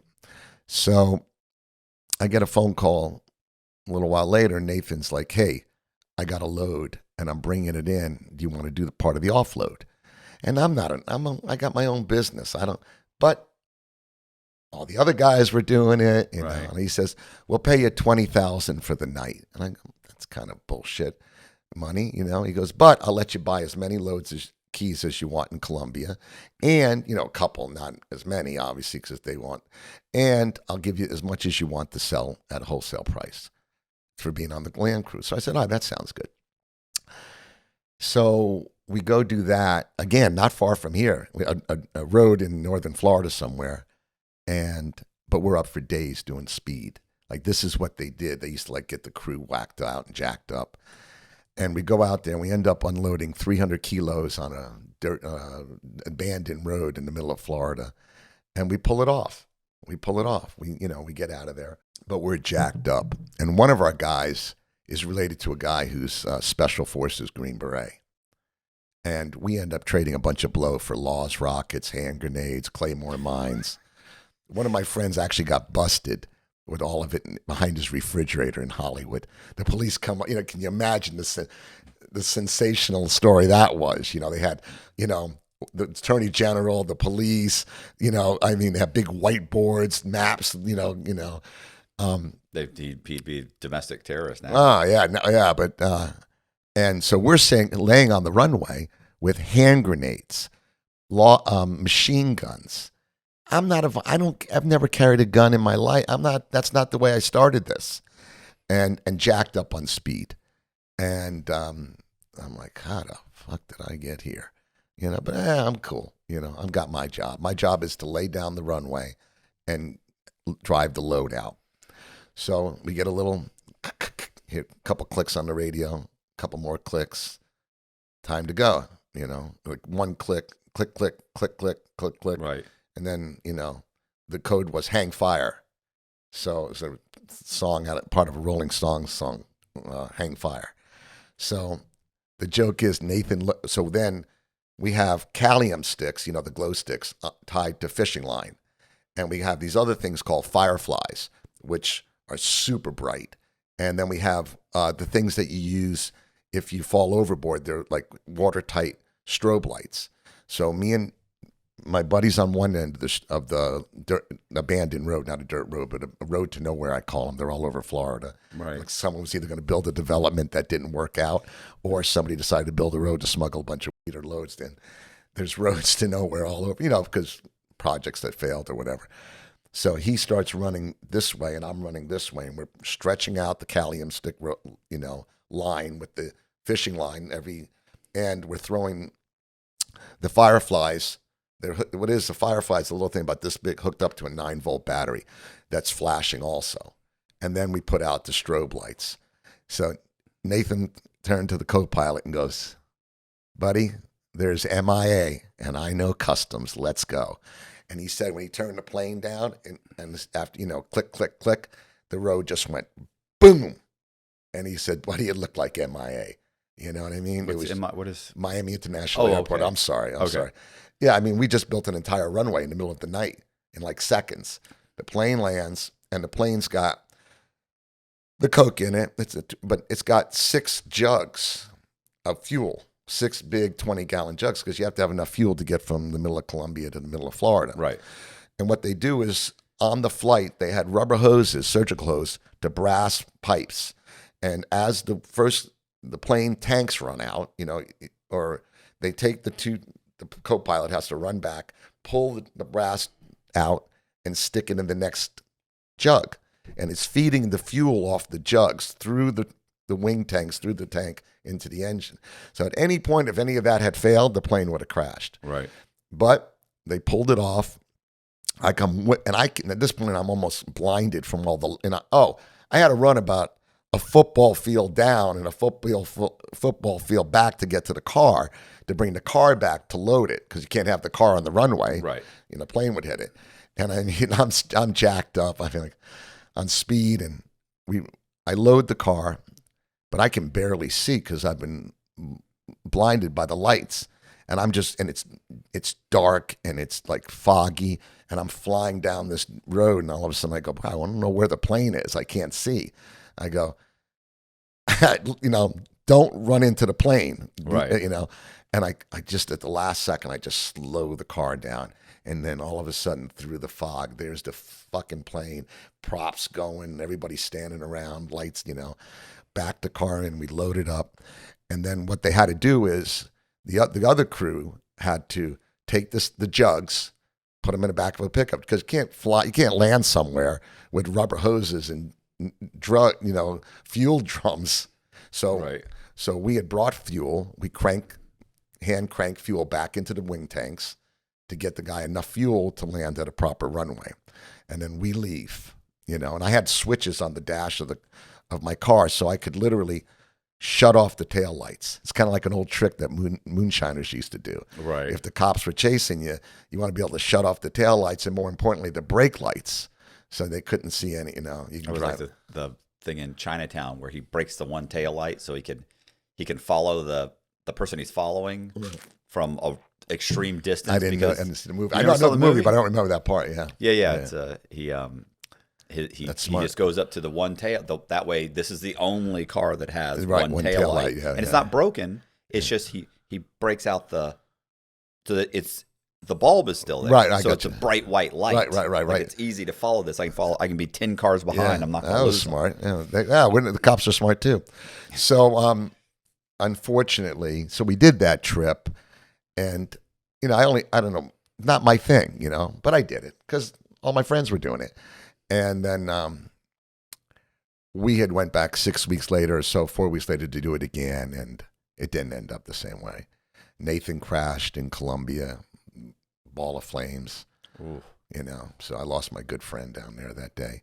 And we got a radio. We're sitting in the woods, and we finally got a radio contact from the Colombians. The plane had crashed, and there was nothing left. Mm. So another one. It's.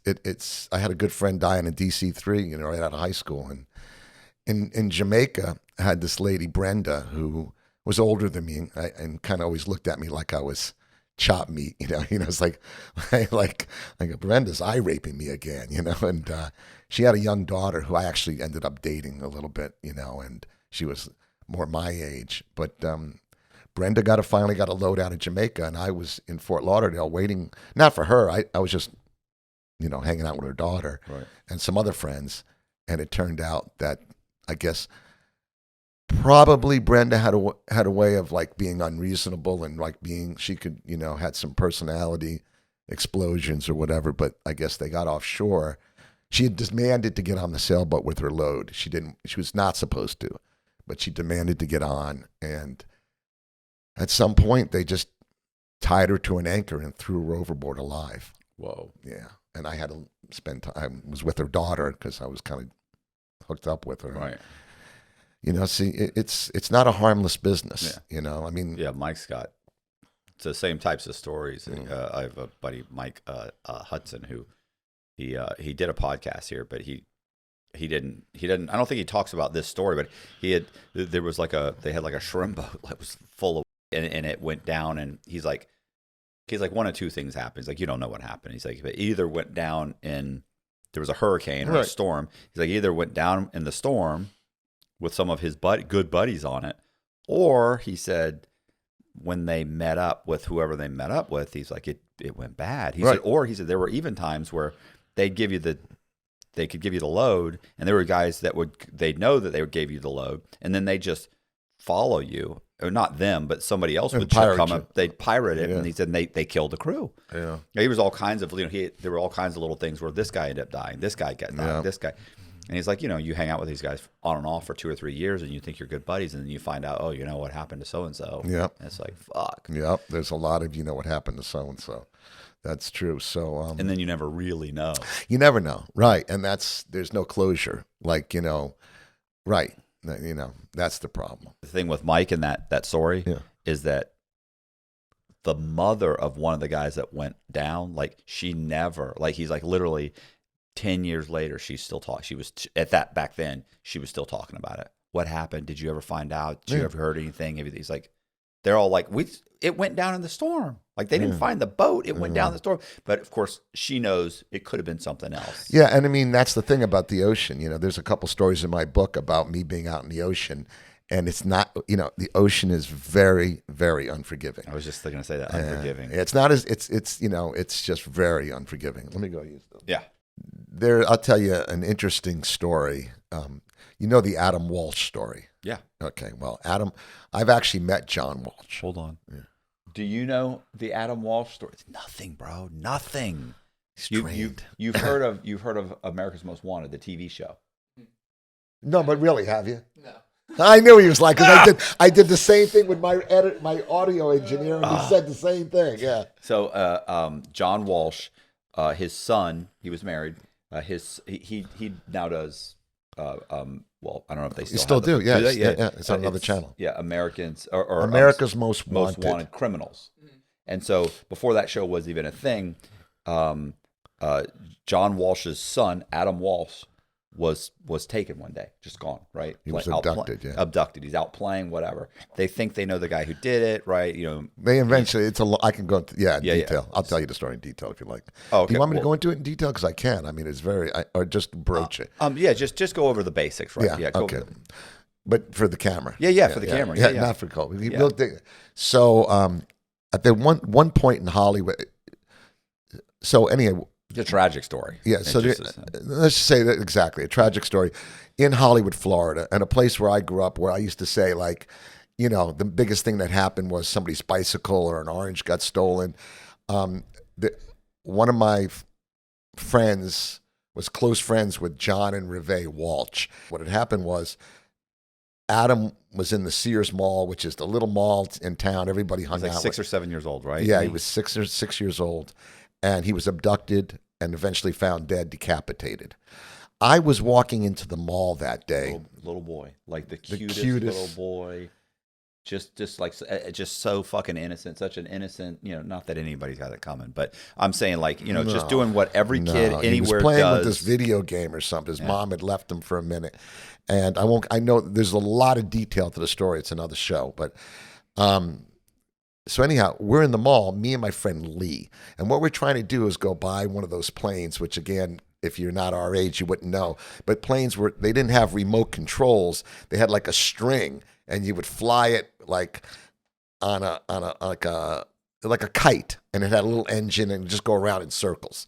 And they were impossible to fly, impossible to start, which was perfect for what we wanted to do, because there was a road, what I'll call a road to nowhere in the middle of Florida, and we wanted to use it for a landing for this, for a weed trip out of Jamaica.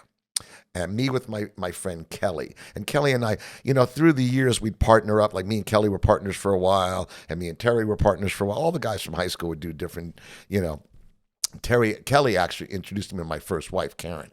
So we're going to do this trip. And Kelly somehow comes to me and says, my Uncle Ralph he's a pilot, he's got a twin engine plane, he wants to smuggle a load of weed out of Jamaica. And I was experienced in smuggling and around smugglers a lot more than they were. Even though we all, I literally worked for the big smugglers, and I go, buddy, this isn't an easy thing. This isn't like going down and getting a pound of weed from someplace. It's a big thing. Smuggling trips have a lot of moving parts. That's why they're dangerous, to get busted, and dangerous, for many other reasons. So anyhow, he says, no, I said, Uncle Ralph is like 65 years old. He goes, yeah. I go, really? Okay. So me and Lee, who's one of our offload guys, Lee's a guy I went to high school with, did a bunch of trips. He was offloaded, did a bunch of smuggling with people.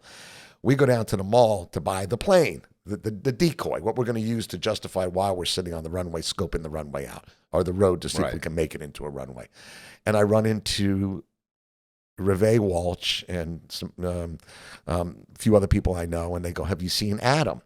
And I go, no. And they go, well, he's missing in the mall. And they're all, this is before cell phones, I believe, even. They're all in the mall looking for different things.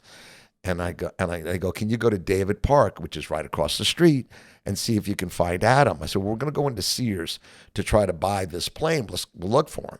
So we go in. Sears doesn't have one of these planes. It's probably already outdated at that point. And we get in the car and drive across to David Park, which is right across from the mall. And there's like tennis courts and a little room. So like, you can drop your kid off to get tennis lessons or basketball. It's a very small little community center. Rec center. Exactly. Yeah. Nothing big. But and I said to myself, I don't see a 5-year-old kid walking across. It's not, like I-95, but really nobody's going to say, boy, where's your, walking by himself. So we don't find him. We come back to the mall and we tell them we didn't find him. Go back to the car, and I remember saying to myself, things like this don't happen in sleepy little Hollywood, Florida. Right. This is going to change everything. And after that, John Walsh, of course, Adam was found decapitated in the swamps. John started America's Most Wanted. John went in front of Senate 27 times, more than anybody. He's been in front of the United States Senate more than any private citizen in the history of this country at that time. And he created the missing, you see NCIC or whatever, that show, that was created basically by him to track, missing kids. And then he got the show. So anyway, we don't find the plane. And we didn't decide that the road that we're going to use to smuggle the load is got a problem. One of the problems is, while Lee's out there dicking around, he sees a car pull up with some antennas on it, and he gets spooked, because we still left Lee on the road to scope it. We just didn't have a plane, a prop. Right. So so he comes back and they decide, Uncle Ralph and Kelly decide, they're just going to land in St. Pete Airport, where his FBO is. If you know anything about planes, an FBO is fixed base of operations, right? A plane can go anywhere. So where's its home? Right. That's where his hangar was. And I'm like, what? But this time you got the That's blimp. a hell of a flight. Oh yeah, it's Well, 15. you think you'd want to land and get this shit off my plane as quick as possible. Well, we will, but the thing is you're now 1980s. You're flying. There's AWACS. There's the blimp was up there. There's U.S. Customs. There's the DEA. There's jets from Homestead Air Force Base that are drug interdiction jets. That's a risky deal, but that's what they're going to do. So I said, all right, I'm in. Let's get the load in. I'll take it to Ohio and sell it to Terry. Right? So it's Scott, my friend Scott, who had never, high school guy, never been on a set before. That's what we call the landing, the set, like a movie set. That's our set. And he's never done anything. There's me, Lee, who's super experienced. And then there's the drive crew. My guys are going to move in. The cars, they're parked outside of town. I'm in the Playboy Club on like the 9th floor with a pair of binoculars and a walkie-talkie so I can see down at the runway. And Kelly is parked somewhere else, and Lee and Scott are sitting at the runway. So the name of, I think this chapter is the one that got away. So what happens, the plane comes in, I get a radio, I'm looking through my binoculars, the plane's landing, the crew's pulling up to offload, and they have a pickup truck with a camper top, about 1,100 pounds. That's what about a pickup truck with a camper top will hold usually. That's what's in the plane. It's Jamaican, and the Jamaicans have a tendency where the Colombians would have big bales, 40, 50, 60, 55-pound bales. Jamaicans usually use smaller bales. They compressed it more and made it into smaller bales for just the way it is. So they were able to fit 1,100 pounds in the plane. Now, Ralph, a 65-year-old guy, has to fly from St. Pete. He goes, he needs fuel. He goes down to Haiti, fuels the plane. And the other thing is, anytime you're in Jamaica, Colombia, fuel is, like in Jamaica, when I was living down there, if they saw you with a 50-gallon drum of fuel, they'd arrest you and keep the fuel. The fuel's worth a lot of money. Because why? It's what you need to fly a plane out. Right. So if you had 50-gallon drums of fuel in the back of a truck, you were obviously on your way to do a smuggling trip. You were somebody that the cops... So will you make small purchases? No, they would find it, but moving it's difficult, right? You need at least a couple hundred gallons. Right. So Ralph flies to Haiti. I think it was Haiti, loaded, refueled in Haiti. I said, Ralph, you really need to take a co-pilot. I go, it's just a long trip. Anything can happen. He insisted he wouldn't. Now, if you take a co-pilot, you have to take less product because the plane can only take so much, especially getting off at some clandestine dirt runway with trees lining. Nathan didn't make it. My friend Nathan crashed. Either too much load or something happened and hit a tree line and blew up. So I try to convince Ralph to bring a co-pilot. He says no. I said, all right. So he flies to Haiti, loads the plane up with fuel, lands in Jamaica. They top him off in Jamaica. He still needs fuel. And he loads the weed and he starts. Now, this man has been in the air for like 24 hours. It's 15, the mile, I think it's about 11. In the book, I have all the math, but, it's all day of flying by himself. Loads the plane, comes in, lands at the FBO in St. Pete. I'm watching everything. Next thing I know, I look down and on the street below, which I think is, I forgot the name of the street, I see Uncle Ralph's old 240 Volvo, this most conservative car, which, and it's hit every time it crosses an intersection, it goes airborne, right? And behind it's 5 cop cars with their lights going. And every time it lands, sparks fly out of the car. Then the 5 cop cars go in the air. And I'm like, what the... Right? I mean, it looks like a scene out of Blues Brothers. Right. And I have to tell you, between the sparks coming off the cars and the lights going, really kind of cool, But I'm like, holy shit, this ain't good. Yeah. Right? So I have $20,000 I brought up. Hey, Kelly's like, hey, you think you should bring some cash? Yeah, I'll grab 20 just in case we need it, And I grabbed the 20. And I run up like 3 flights of stairs, wrap the walkie-talkie in some paper, and just stuff it into something. I don't care if they find a walkie-talkie. But what I don't want is to be walking out with the $20,000 and a walkie-talkie. Right. Because even though it was happening like that, the chances of anybody knowing who I was is probably, but you never know. And if I would have been caught with the $20,000 and the walkie-talkie, I'd have been charged the same as the pilot, right? I'm part of the smuggling crew. It's conspiracy. Conspiracy, thank you. And as I watch the car go by, I see Lee, he's in the passenger seat, try to jump out of the car. I see the door open. I see Scotty hanging on with the steering wheel. I mean, that's how they're going underneath me. I can see the hand on the steering wheel. Lee opened the door, and I'm like, don't do that, because you're going to get run over by 5 cop cars. Right. Turns out, we had one of the load cars that belonged to a friend of mine. His grandparents had given it to him to go to college, so we used to use him. I'd call him up. He was going to school in Atlanta. I used to call him Doc. He was in medical school. I go, Doc, you want to make a couple grand? I got a load to go to Ohio. Come down, pick up the load, and I'll pay you to drive it to Ohio. And kid's in medical school. He needs money. He goes, all right. So we have his car parked downstairs with the keys underneath the seat. And I said, we all knew if anything happened, that was the getaway car, right? So I run downstairs, throw the money in the back seat, and jump in the getaway car and get away. What does Lee do is Scotty actually makes a couple turns. Lee jumps out of the car, runs through the park back to get the car. It's gone. It's gone. Yeah. To this day, he still yells at me, why did you take the car? I go, what guy gets away and then goes back? Yeah. How did I know you were coming back? Right? So, everybody got busted, right? Lee, got as far as I know, I'm going out to now, we're driving out to where we stashed the rest of the crew who complained that they were sitting in some roadside shitbox hotel while everybody's staying at the Playboy Club in downtown St. Pete, So I get to the room, Kelly's already there, the other guys are there, and we were all high school friends where, we're like, we're done. All the guys are in jail, the plane's confiscated, the gone. All of a sudden we get a phone call. Now, I want to point out that Uncle Ralph, even though I didn't think he was the guy to do this, he had a little bit of swagger. He was a Latin guy, tall, kind of looked like George Hamilton. Again, Right. He won't know who George Hamilton is. Sharp gray hair, dark tan. Ralph had swagger.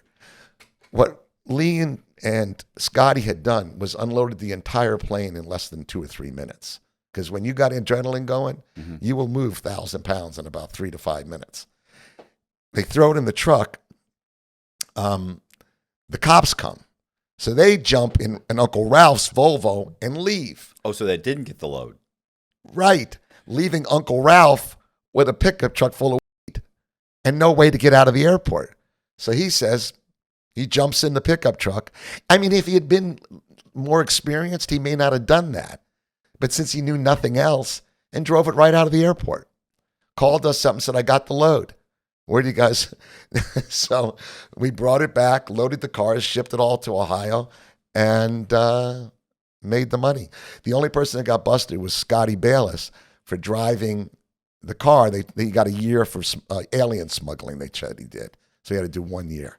Alien? Who's I the guess they alien? thought alien was Lee who was trying to jump out of the car. Yeah. Okay. Yeah, they had to charge him with something. Yeah. They Let's say didn't- reckless driving? Yeah, and so what Uncle Ralph did was he knew the guys at the FBO, so he called up somebody over there and goes, listen, the DEA had stickered the plane. They didn't realize there was a cargo door in the back, to throw luggage, and they didn't sticker it. So the guys at the FBO went in behind, vacuumed out the whole plane, cleaned out everything, made sure there was no seeds, no stems, anything like that, and no burlap left over, and closed it all back up. So when the DEA came and searched the plane, there was no drugs. Okay. So, Nice. yeah, so there was 200 pounds that we couldn't fit in the cars. So I threw it in the back of Uncle Ralph's Volvo and I headed for Ohio. I normally didn't do the driving at that time, but, there was 200 pounds and there was a car and I had to get to Ohio to collect my money.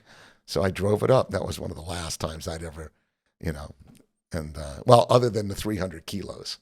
I did drive that out too. Right. I try to have other people do this stuff, but every now and then it happens. So years later, and this is 1992, it has scaled down a lot. You know, I mean, weed was going from thousands of pounds of weed to 100. You know, people were buying $1,000 weed, not $245 a pound. They're buying, you know, indoor, and you know, they're looking for the green, you know, the good weed, not the old commercial stuff we used to bring in from Colombia. You know, it was excellent. That whole market had dried up. So Kelly and I had tried to do a trip out of California where he got busted. Oh, so going back. So after that, Kelly and his uncle went to do a cocaine smuggling trip, and they got busted. Everybody got busted. Uncle Ralph got busted. Kelly got busted. A bunch of other people. Kelly went on the run. He got a bunch of fake IDs, and he was traveling the world, you know. And Kelly was a really good-looking guy.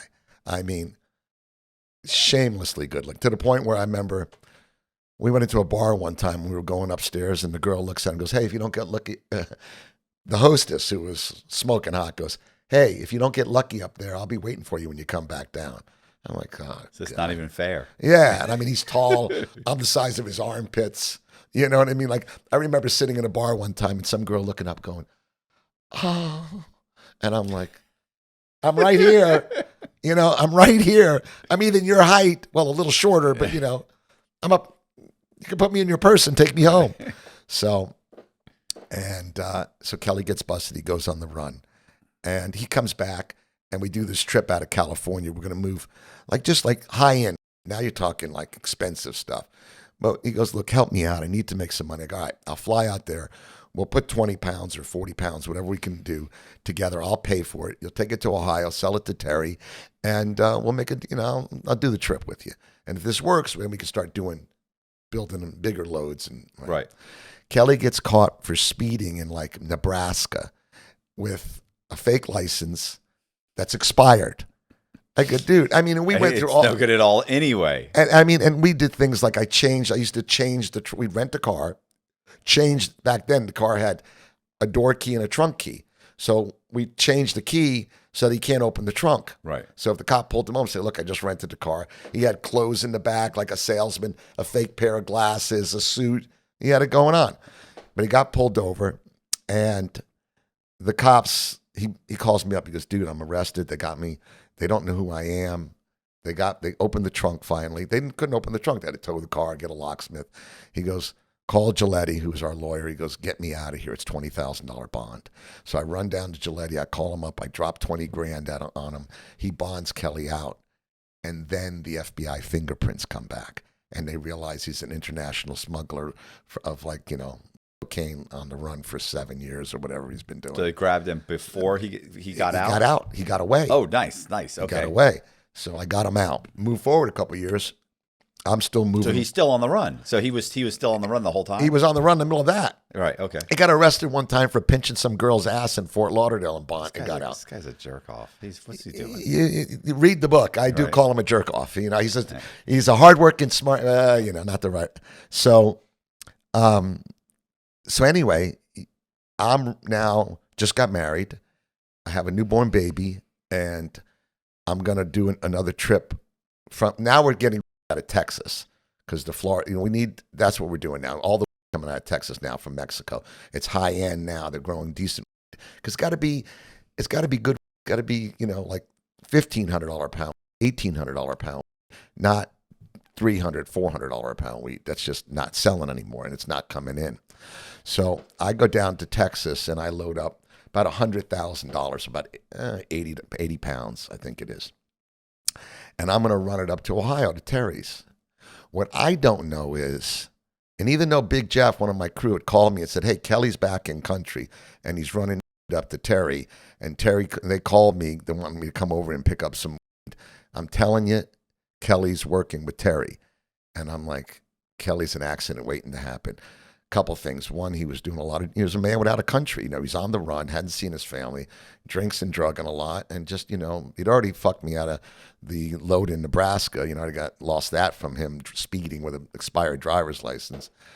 I called Terry. I said, Terry, I'm not doing anything if Kelly's involved. You tell me right now whether. He goes, no, I'm not working with Kelly. Nothing. You know, of course he's lying to me. Terry actually came to my wedding where I showed him my wedding ring. Had my little daughter. He'd already been working for the cops at that time. He went to my wedding, probably wired, or I don't know if the cops from Ohio were down there. I left out a part of the story. I apologize. Kelly was running 1,000 pounds up to Ohio. The market wasn't there for that. You know, the market wasn't there anymore. I used to run 1,000 pounds every 2 weeks. It's not there anymore. It was for high-end quality. My partner had to go out now find a market for his 1,000 pounds. What happened? He got busted. He went. Somebody above him got busted, you know, and it trickled down. And they busted Kelly. They busted Terry. Terry literally, like I said, came to my wedding. Right. You know, working for the cops. And my best friend. You know, I mean, his wife. You know, I was the godfather to his kids. One of his kids. You know? I mean, listen, you're preaching to the choir. My best friend was cooperating with the. Well, that's you know. well. So This is I what hear happens, and this will go into now. We'll go into the DEA part when people say, "Oh, you're a snitch, dude." When you're looking at RICO and 25 years, everybody is. Yeah. Yeah. You know, when they put you, you know, you think that you're going to keep your mouth shut, and you're not. No. You know, you're not. And no, I think we could spread some of this around. There's 30 years here. Right. Jimmy can do 5. Todd can do 20. I know guys that made agrees. Listen, I know guys that said, "Listen, we're all going to work." They did it. That's what they said. I'm not going to do all. Let's share it. That's what they did. And they each got 3 years. So, what I don't know is, and what Kelly doesn't know is, Terry's busted. So I leave Texas, and I have a driver in front of me. We have a special truck with secret compartments. I'm in the rent, I call the chase car. We drive up there. And as I'm driving up to Ohio, I see a carload of these guys look like football players in a small car. And something hits me. Something just doesn't agree with me in my stomach. I just think something's not right. Me and Terry always went to his house. He had built this big house. He goes, and now he's telling me to meet him at a hotel. There was something. You know, everybody who says they got busted, something, you know, their inner gut told them something was wrong. Right. Your intuition said. Right. So I tell Paco, my driver, I go, "Paco, head for this, go to over there." And I send them we park the vehicles on the Lake Erie, you know, behind a Taco Bell, like just staring at the lake. I go, "I don't know, man." All right, let's go. We go to the hotel. I check in. And I go downstairs to use the payphone to call Terry to tell him I'm here. And I go to the girl at the counter. I said, "Can I buy some quarters?" Because at the time, you know, you'd have to buy like, you know, rolls of quarters. You need quarters to put in there's no payphones anymore. And I can see she's acting weird. I don't think anything. I go upstairs. I see this good-looking gal kind of in the room next to me.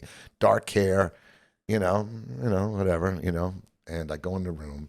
Terry knocks on the door. He comes in. He's wearing a raincoat. All right. I light up a roach. As soon as I light up a roach, the door comes blasting in, and it's the cops. I'm on the ground. Terry's on the ground. Paco's on the ground. And I look up and I go, "You motherfucker, you just set me up." Like, they're arresting him. They're arresting everybody, but I know better. Yeah. You know, I go, "You did me." And that night, I'm being processed, you know, shower, fingerprint, clothes. And I look through the glass. There's Kelly. So he set Kelly and me up on the same night. And I forgot it got me for 80 pounds. I know is on the run for big cocaine smuggling charges. I know he's in big trouble. And, you know, they put us in separate pods. Each of us, they don't put the defendants together. And that's, you know, I thought, well, you know, they wouldn't give me bond. And I go, "What's going on? I'm trying to go to court." Finally, I get called out of my cell one day. And there's this guy in a brown suit. And, you know, when you're in jail, everybody's got security blue, security green. What's with the guy with the brown suit? Right? Right. And he goes, "You Kenneth Stephen Bear?" I think, "Yeah, who else would I be? You just pulled me out of my cell." And he hands me these papers. And the guard at the time was this guy, Bill, who I kind of was friendly with. And I open up the papers, and Bill looks at me. He goes, "We're going to put you on suicide watch tonight, kid." I go, "Suicide watch? For what?" And he looks at me, he goes, "Kid, you're looking at 50 years. And I go, "What?" I'm like, you know. And I look at the papers, and there's 3 pages of indictments, and I just look at Bill. I go, "I'll be all right. It's not necessary. I'm fine." And I walk back, and I read my indictment. It's RICO, 12-year ongoing criminal enterprise. And I know it's, I'm looking at 25 to 30 years, Right. at least charged with. And How old were you? I was 30, let's see, 36 maybe. No, yeah, 33. And I had a baby. I was 1.5. I had That's a long time at 30 to be. I had literally got married. I had a baby. We had my daughter. And then we got married. My wife didn't want to walk down the aisle pregnant. Right. So I said, all right. So a year and a half after my daughter was about a year and a half old, we went on the honeymoon, come back, and we took my daughter on the honeymoon. Where you gonna, we went to like Aspen and Santa Fe. We were just traveling around, visiting some cool places. And I said to my wife, I'm going back to work. And she says to me, please, you're married. We have a baby.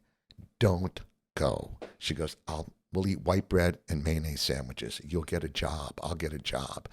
Don't go. I'm a drug dealer. Yeah. It's like, Scorpion and the Frog, right? Yeah. That's what I do. So I go up there and I get busted. And now I'm looking at 25 years.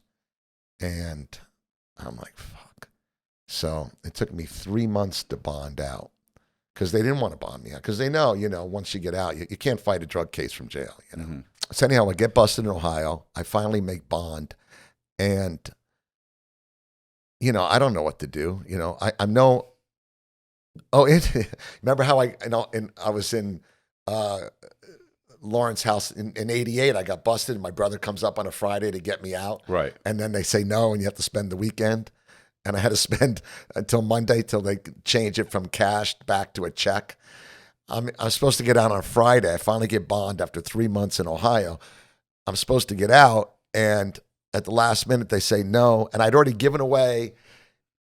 Note to listeners: if you're in jail and you're getting out, don't give away your shower shoes and your shampoo and all your stuff because If you don't get out, you're not getting it back. No, so I give it all to my cellmate. I'll see you later, buddy. And I come back. I get the cops go, hey, go call your lawyer's office. I call my lawyer.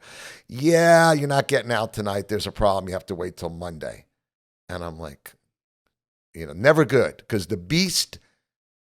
Edward Albee wrote the book In the Belly of the Beast about prison, and I always call the system in jail and prisons the beast. You have no control over the beast. You know this.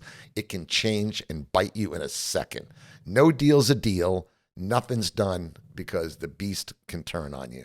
So I'm like, F me, I'm going. So I go back to the cell. I go, hey, buddy, need to take a shower. Let me have my shower shoes back. He goes, whose shower shoes? Those are my shower shoes. And I'm like, wow. Tell What me, a dick. what did you want to trade for them? You got some. And I'm like, very, Monday came. I go, buddy, I'm taking my shampoo and my shower shoes. I'm going to take a shower. And, and so finally that Monday, I finally bond out. And I go to the front of the jail and I go to leave. And they say, you can't leave. I go, what do you mean? One thing you find out, my clothes fit looser. I lost some weight. Who would have known? I've been wearing prison clothes. So, and I go to leave and they go, you can't leave. I go, what do you mean? I want to, go back. They put me back behind the door in the lawyer's waiting room, all the glass area where the lawyers meet their clients in that area. That's the way that was set up. And finally, the head of the narcotics department, Dennis Kavanaugh, comes in and he says, listen, Ken, he goes, we want to talk to you about something. I go, what's that? He goes, the prosecutor, Rosenbaum, wants Kelly. Because they had Kelly on a dry case. They didn't have any drugs. They had arrested him, but he wasn't standing next to the 1,000 pounds. It was hearsay, right? If someone said Kelly brought the 1,000 pounds, and he was a smuggler, that was on the run for a charge out of Florida. But, it was old. The charge like 6 years old by now. And I said, well, I don't know anything about what Kelly and Terry were doing up here. I go, they hid it from me. I purposely called them, and he goes, we know they hid it from. But we know you and Kelly were partners and that you smuggled a lot of drugs and did a lot of things together. We want you to testify about the history of what Kelly, his character, your history together. And I go, I'm not willing to do anything. He goes, listen, you're looking at 25 years and they're putting all the weight on you because they want him. And I'm thinking, really, you know, he really wasn't up here that often. He didn't do anything. But the prosecutor wanted him because he knew that the feds and the DEA and the U.S. Marshals and all the bigwigs couldn't get him. The state of Nebraska had let him go when they had him, and now he had him, and he was going to prove to them that he was the big swinging dick, that he was the guy that was going to catch this guy.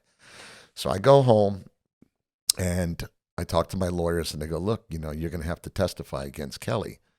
And I go, I'm not really about that. But then I start to put two and two together. Wait a second. Kelly got me busted. Right. I never would have gotten busted if he hadn't brought that 1,000 pounds up there behind my back. In the drug business, when you go into someone's backyard and you start, you get killed, or pay me the commission. Say, hey, I ran 1,000 pounds up there. Here's a nickel a pound. Here's $5,000. We'll give it to you for 3 or 4 trips. And, I'm all right, whatever. Pay me, but don't do it behind my back and backstab me and then get me busted, right? So I figure out that they had taken my credit card. The funny thing is they gave me back all my stuff, like my Rolex and stuff. I go, wow, cool. I'm leaving jail, and I go, listen, can I have my commissary money that I didn't use, And they go, you don't have any. And when you're in jail, you know exactly to the penny. That's all you got. You know how much commissary. I go, no, man, I have $19.48. And the cop goes, nah, nothing. I go, nothing. Not even. He goes, yeah, well, you got 48 cents, but we can't make change. So it never occurred to me. I spent 3 months trying to get out of jail. I had no way to get home. So luckily the lawyer had sent me a guy who picked me up, took me to the airport. And when I get back to Florida, I start realizing the cops were trying to find Kelly. They took my credit cards, but I had switched credit cards. And I went back into my credit card, figured out where I had rented the car, and then figured out that Kelly had gotten busted in Nebraska and the name that he had used when he made the fake ID. It was Rod Eckert, right? And I told the cops in Ohio, I go, hey, this is the thing. This is the guy. So I said to him, I gave him that help, right? But when they said, you're going to testify against Kelly in court, I said, no, I'm not. And maybe they never asked me to. I was never asked to testify against him. He went to court. He took his trial the whole way, which was bad because he got 10 years. He might have been able to make a deal up there. The guys that turned me in all got 3 years. But I was looking at 25 because I was the kingpin. I was the Florida connection. I was the guy that figured it out, orchestrated it, sent the pot, paid for the weed. It was my gig. It was me and Terry in Ohio's gig. But, Kelly had stepped into my world and got me busted. And I'm going to go to jail for 25 years with a 1-year-old. Remember, we were all sitting in a paddy wagon one time together, which they don't do. They made a mistake and put us all in the same paddy wagon to go to court. And Kelly, this is the very beginning, Kelly goes, listen, don't say anything. Paco, keep your mouth shut. Paco, my driver, who was from Peru, which didn't help things. And, come on, man, Kelly. And Kenny, I'll take care of your wife and your kid. And I remember thinking to him, yeah, you'll take care of my wife, all right. Right. Yeah, and my kid, you don't even know her name. All right. But I still wasn't committed to anything. I said, I'm just kept my mouth shut, So I get back down, and I've already committed to work with the cops with Kelly, And the other weird thing was while I was in jail, all these people are telling me, like people come up to me, I'm in Ohio, I don't know anybody. And like this guy goes, listen, I know a guy in Detroit. He goes, you're looking at a shit ton of time. I know a guy in Detroit I kind of want to get even with. He's got, this is his name, this is his phone number, this is his stuff. If you want to make a deal, and I'm like, buddy, I don't do this. I wasn't a rat. Right. And it turned out it was real. So when I got home, I had all this information. And then people were coming up to me. It's the weirdest thing, like friends of mine going, hey, I know you're looking at 25 years. Here's the name of a guy. And I go, seems like everybody that knows how it works except for you. Everybody else is like, this is what I would do. Well, so here's what happened. I was in jail, and this guy comes up. He was a cell next to me, pale white. You know the kind of guy. Like he's been in jail so long, his skin is almost lucent white. He's covered in prison tattoos, like bad cartoon art, right? I mean, some bad shit. And he's a reader. And they won't let him out to go to, he had done 15 years in Angola. He had left Ohio, went to Louisiana, got arrested, and did 15 years in one of the worst prisons in the world. I mean, Amnesty International called it one of the worst prisons in the world. And got out, 15 years later, got out, went back to Ohio, and got arrested for armed robbery. Was back in jail. And he pulled me aside. He goes, listen, Kenny. He goes, there's 4 pods. And the pods are all glass, so you can see the other inmates. Not all of them. He goes, you're co-defendant, Paco, whatever, the guy over there. I go, yeah. He goes, he's already ratted on you. Right. He goes, your other guy, he will. He goes, the mores and values that you're clinging to died years ago. Look around this jail. It's not about who is a rat. It's about who hasn't ratted. The numbers are inverted. He goes, you're one of the rare. Everybody in here is a rat. He goes, you're clinging to mores and values that died a lifetime ago. And I remember him saying that. And I remember him saying to me, you have a 1-year-old daughter, right? I said, yeah. He goes, when I got busted, I had a 1-year-old daughter just like you. You know how many times I seen her in the 15 years I was in Angola prison? I go, no. He goes, once. One time my parents put my daughter in the car and drove from Ohio to Louisiana. I only met her once. Think about that. So when I got home, I'm sitting in my house, and at this point, I just paid for a $40,000 wedding, went on a honeymoon. Got lost $80,000 or $90,000 on the bust out in Ohio because the cops didn't want to pay for the weed, it turned out. When I did, I was like, lost the truck that I just, built to move the weed, and, had to put up bond to get out. I was painting houses. I sold my truck right before I left. So I ended up having a $400 car to drive that I bought from somebody.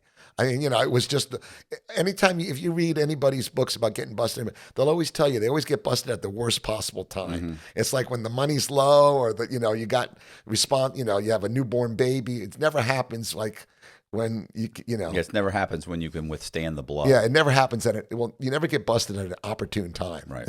Exactly. But yeah, so you can stand the blow. I was going to say, I was talking about the guys that their marriages withstand their sentence is the guys that were legitimately multimillionaires, and they'll get 5 or 10 years. Their wife will come visit them every 2 weeks. Their wife will be there for the 5 years. Of course, you're still taking care of her. But the moment your financial, wherewithal, or your financial your ability to support them. Yeah, sorry. As soon as your ability to support them is gone, they're all like, initially it's always, I'm going to wait for you. I'm going to wait for you. But then when she starts paying the bills herself, and you're calling saying, put money on my books, and you're saying, when are you coming to see me? The collect call. Yeah, it very quickly fades. And within 6 months, it's like, oh, look, I can't do this anymore. I got to tell you something. You and I have said the same thing.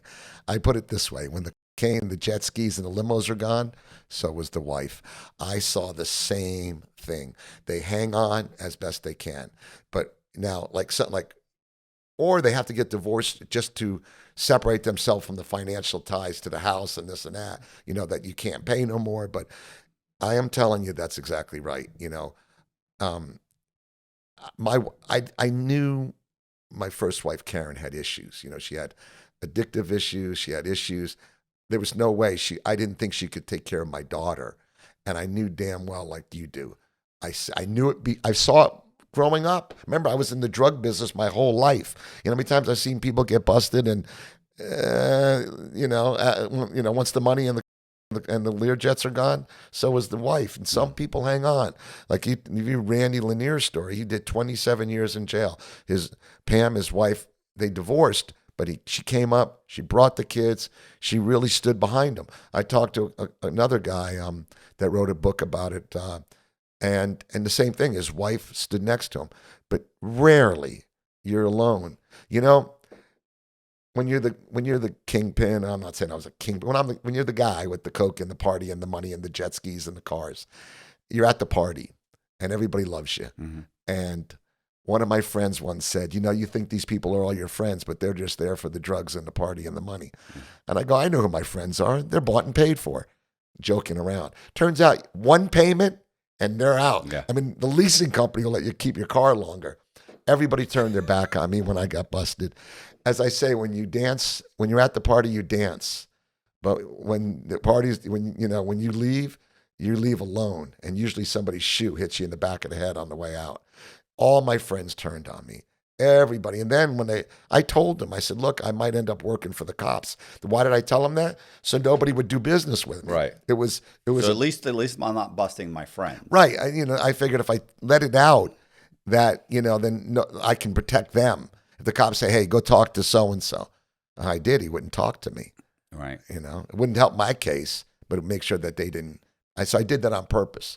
I took a poison pill. When I got back from Ohio, I told one friend enough to tell, which was telling everybody, that I might have to work for the cops because I just, what I did. What I'm wondering is like, at what point do you definitely say, all right, so here's the story. I'm definitely going to do this. So here's the story. So I had this friend, Dave Jackson, who was a yacht broker, who I had met through Sandy Perkoff back in the days of yacht brokering and selling boats to smugglers. And, can I ask you, I'm sorry, Ro, I need to know, what were they telling you? Like, hey, if you cooperate, were they telling you, like, did they? Let me tell you. Okay. Yeah.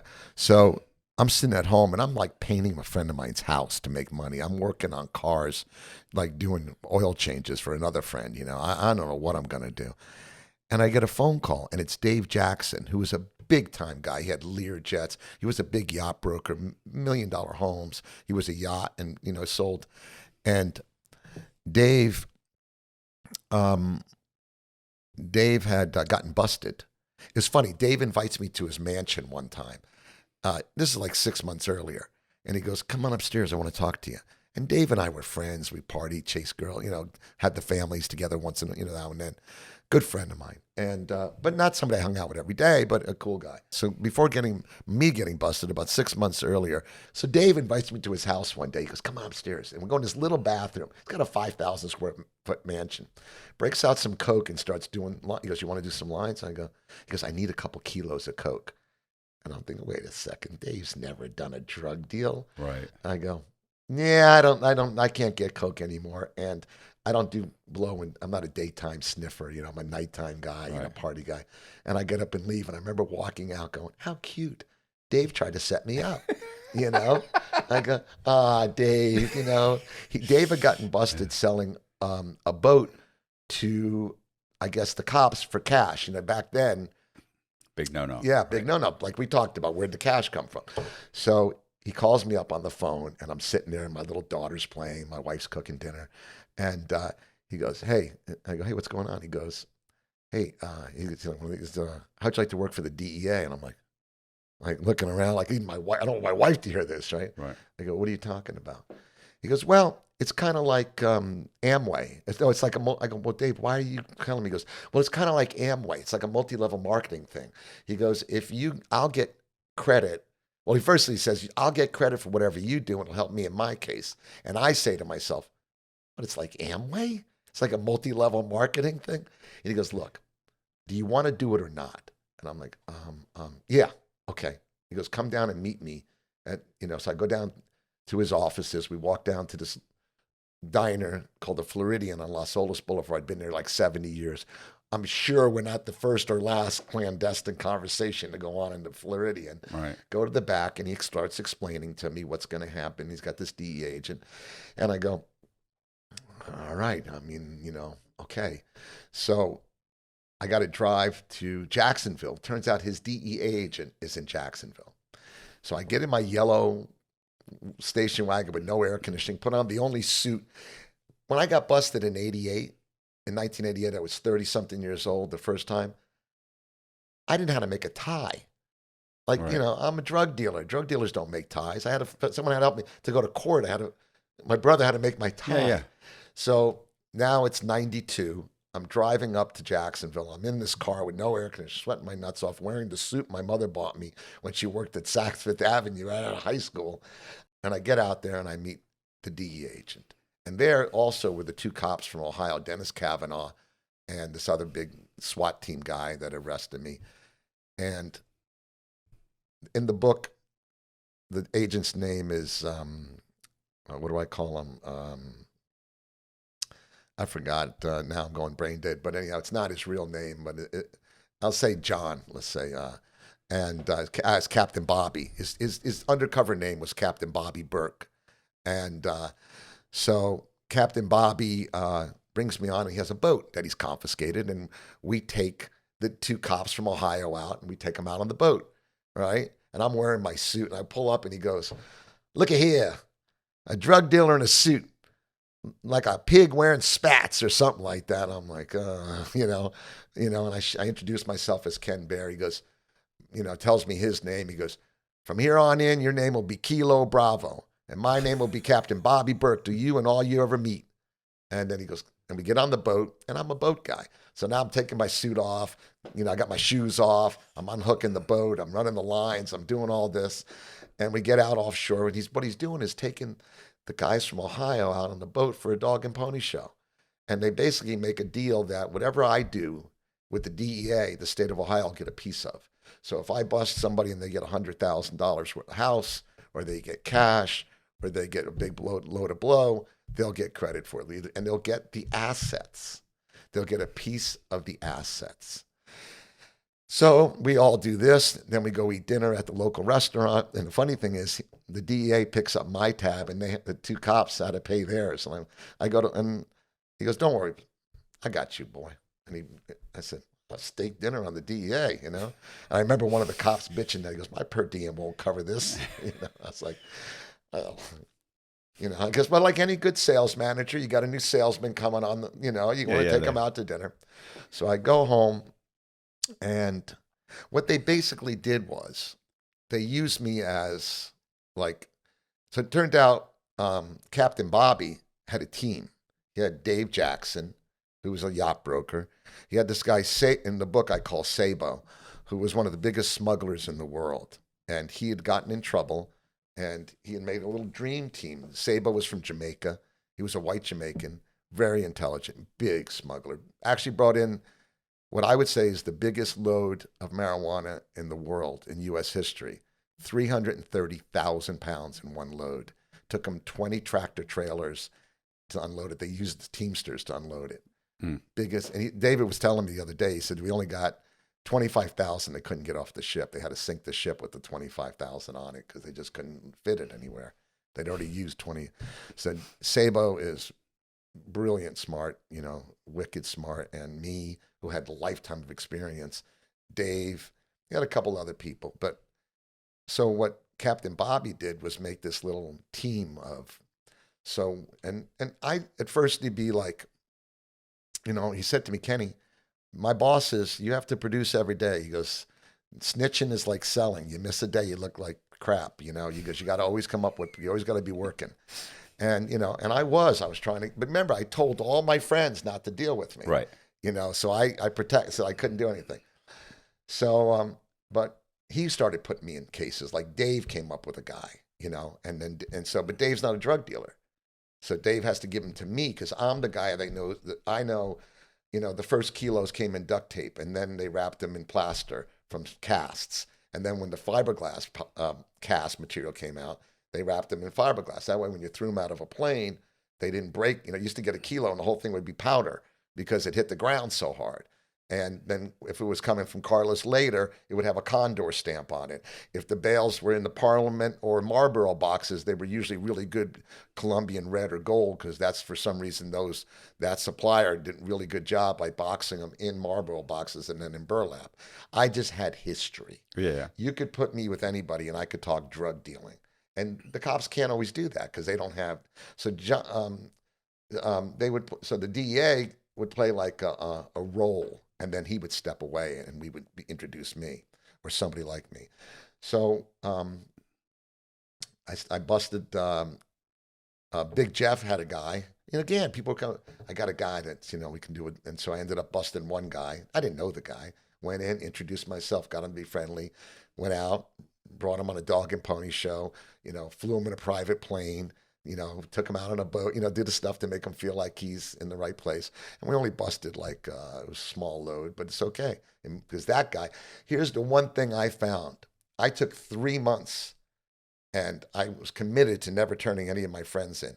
Man, they would flip before we hit the ground. Like they do the fake arrest where they arrest me and arrest them.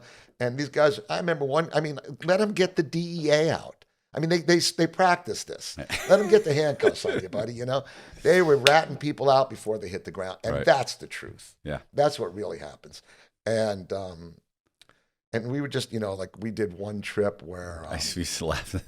They're talking in the police car, right? Before, like, the guy driving the car isn't the guy you need to talk to. Right. Like, at least get to the police station, right? At least get to someone that can make a decision. Right. Like we were trained though. All us kids were trained from young age. Don't say a word. My lawyer used to have a big mouth bass behind his desk, and it said he would have never got caught if he kept his mouth shut. You got to make a deal. Even when they arrested me in Ohio and they had me up there handcuffed, and the big swinging Dick Rosenbaum, the big prosecutor, and all the cops were afraid of this guy. And he comes in and he's walking up the steps. I remember the cop telling me, we were watching a Steven Seagal movie, and I'm telling the cops, he's a shitty karate guy, and we're arguing, and I'm handcuffed, whatever. And they go, do you know who that is? I go, no. They go, that's Michael Rosenbaum or whatever his name was. They go, you're going to find out. And he comes in my face. He goes, you better talk, boy. You're going to jail for a really long time. And I looked at him. I go, you got the wrong guy. Knowing deep inside they have the right guy, but right. I'm not talking. I know they got the right guy. And I kept my mouth shut because I knew if you're going to make a deal, whatever the deal is, you got to wait till after your lawyers. You got to wait to, stall them. You got to make it to where they want to make a deal. Don't give them the information up front, which is what everybody did. And they all did time. Out of the 15 or 16 people in my case, I'm the only one that never did a day in jail other than 3 months when I did waiting for bond. I got probation. Nobody else did. Now I did big shit. There's a case that you read about in the book where we flew up to Canada and took down one of the largest cocaine smuggling operations. It was the Hells Angels, the Rock, another motorcycle group, the Italian mafia, and then this thing called this Irish gang. And it was for 10,000 kilos of coke, or 10,000 pounds, 5,000 kilos. It was a big deal. I was an actor in that. They brought me in to be part of the stage. I did not put those people up. And then there was another bus we did where in the book you can read about the whole DEA. There's 8 chapters of how it works, but I started learning how it works. Like they wired me up. One time they wired me up, they put, just like in the movies, I got the shirt off, this tape and all this stuff. And, I'm like, great, but the thing that I learned quickly was it wasn't about the drugs. It was about the assets. How much money can we take off this? Because more assets, more boats, they have to justify their budget. They're not selling the pot, they're burning it, right? They're not selling the coke, they're burning it. What they want is they want the house, the Rolex, the car, the bank accounts, and cash, all better, the cash.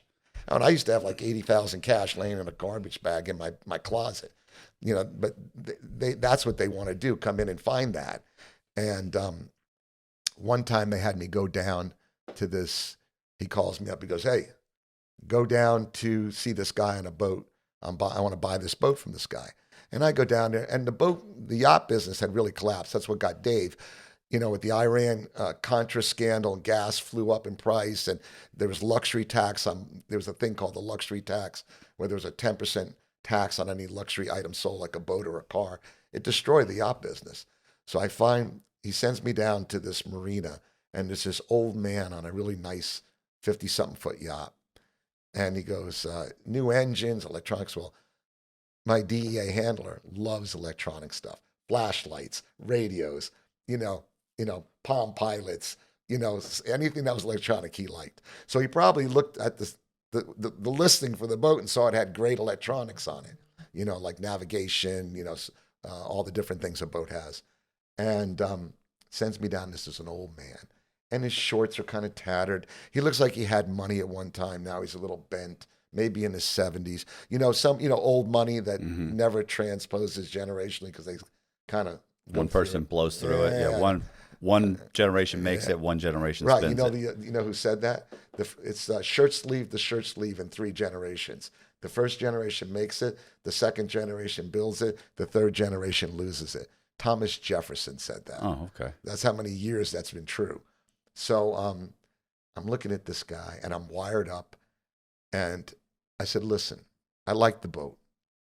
We'll buy it, but I just want to let you know, we're paying cash because my guys are coming from south, offshore, and I didn't say we were smugglers. Right. I implied it. Right.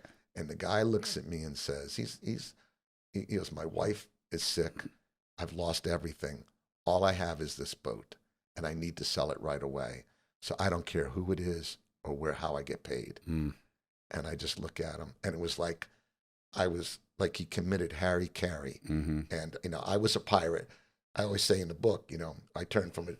If they say drug dealers are pirates, nothing like the DEA and the government. And we're all pirates. And it was like he took the knife and just shoved it in himself. I looked at him. I said, "Okay."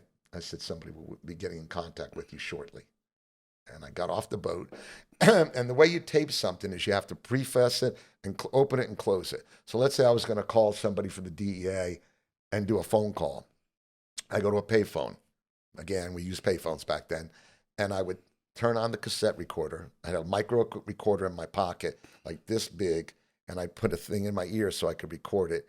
And I go, "Okay, let's say Sunday, December 24th, 1970, 93. I'm calling Ralph. We're going to talk about a 600-pound cane deal or whatever. And call starts now at 12:48. Call Ralph. Phone rings. Conversation ends. September, 12, 9, whatever. The reason you have to do that is you have to use a new tape every time. Here's why. You don't want some slick prosecutor to say the tape was already recorded on. Nixon tried that. Nixon tried to say the tapes were already recorded on. And it's not his voice or whatever. And you have to open and close the tape so they know it's never been edited. The tape is 2 minutes and 47 seconds, and there's 2 minutes and 47 seconds of conversation. So that's how you have to do it. So when I got off the boat, did the same thing. Conversation was discussing so and so about buying the boat, going on. Get off the boat, close out the tape. Conversation ended. Bomb. That's one. So if you're gonna get busted by the cops, that's one of the things they're gonna do. So I did a bunch of deals, just here and there, and then finally one day I get a call, and it's Captain Bobby, and he's like, "Kilo Bravo." He talks like that. Mm-hmm. "I'm at the Embassy Suites on 17th Street Causeway. Get your ass down here now." I live in Hollywood, which is about a 10-minute ride. So I drive down there and I go in, and I'd been working for him for a while. He knew my wife. He knew my daughter. He knew my wife was now pregnant with my son. And you end up knowing somebody, Yeah. right? We traveled together, whatever. And he goes, I go in there, and he's got a legal pad and a pen.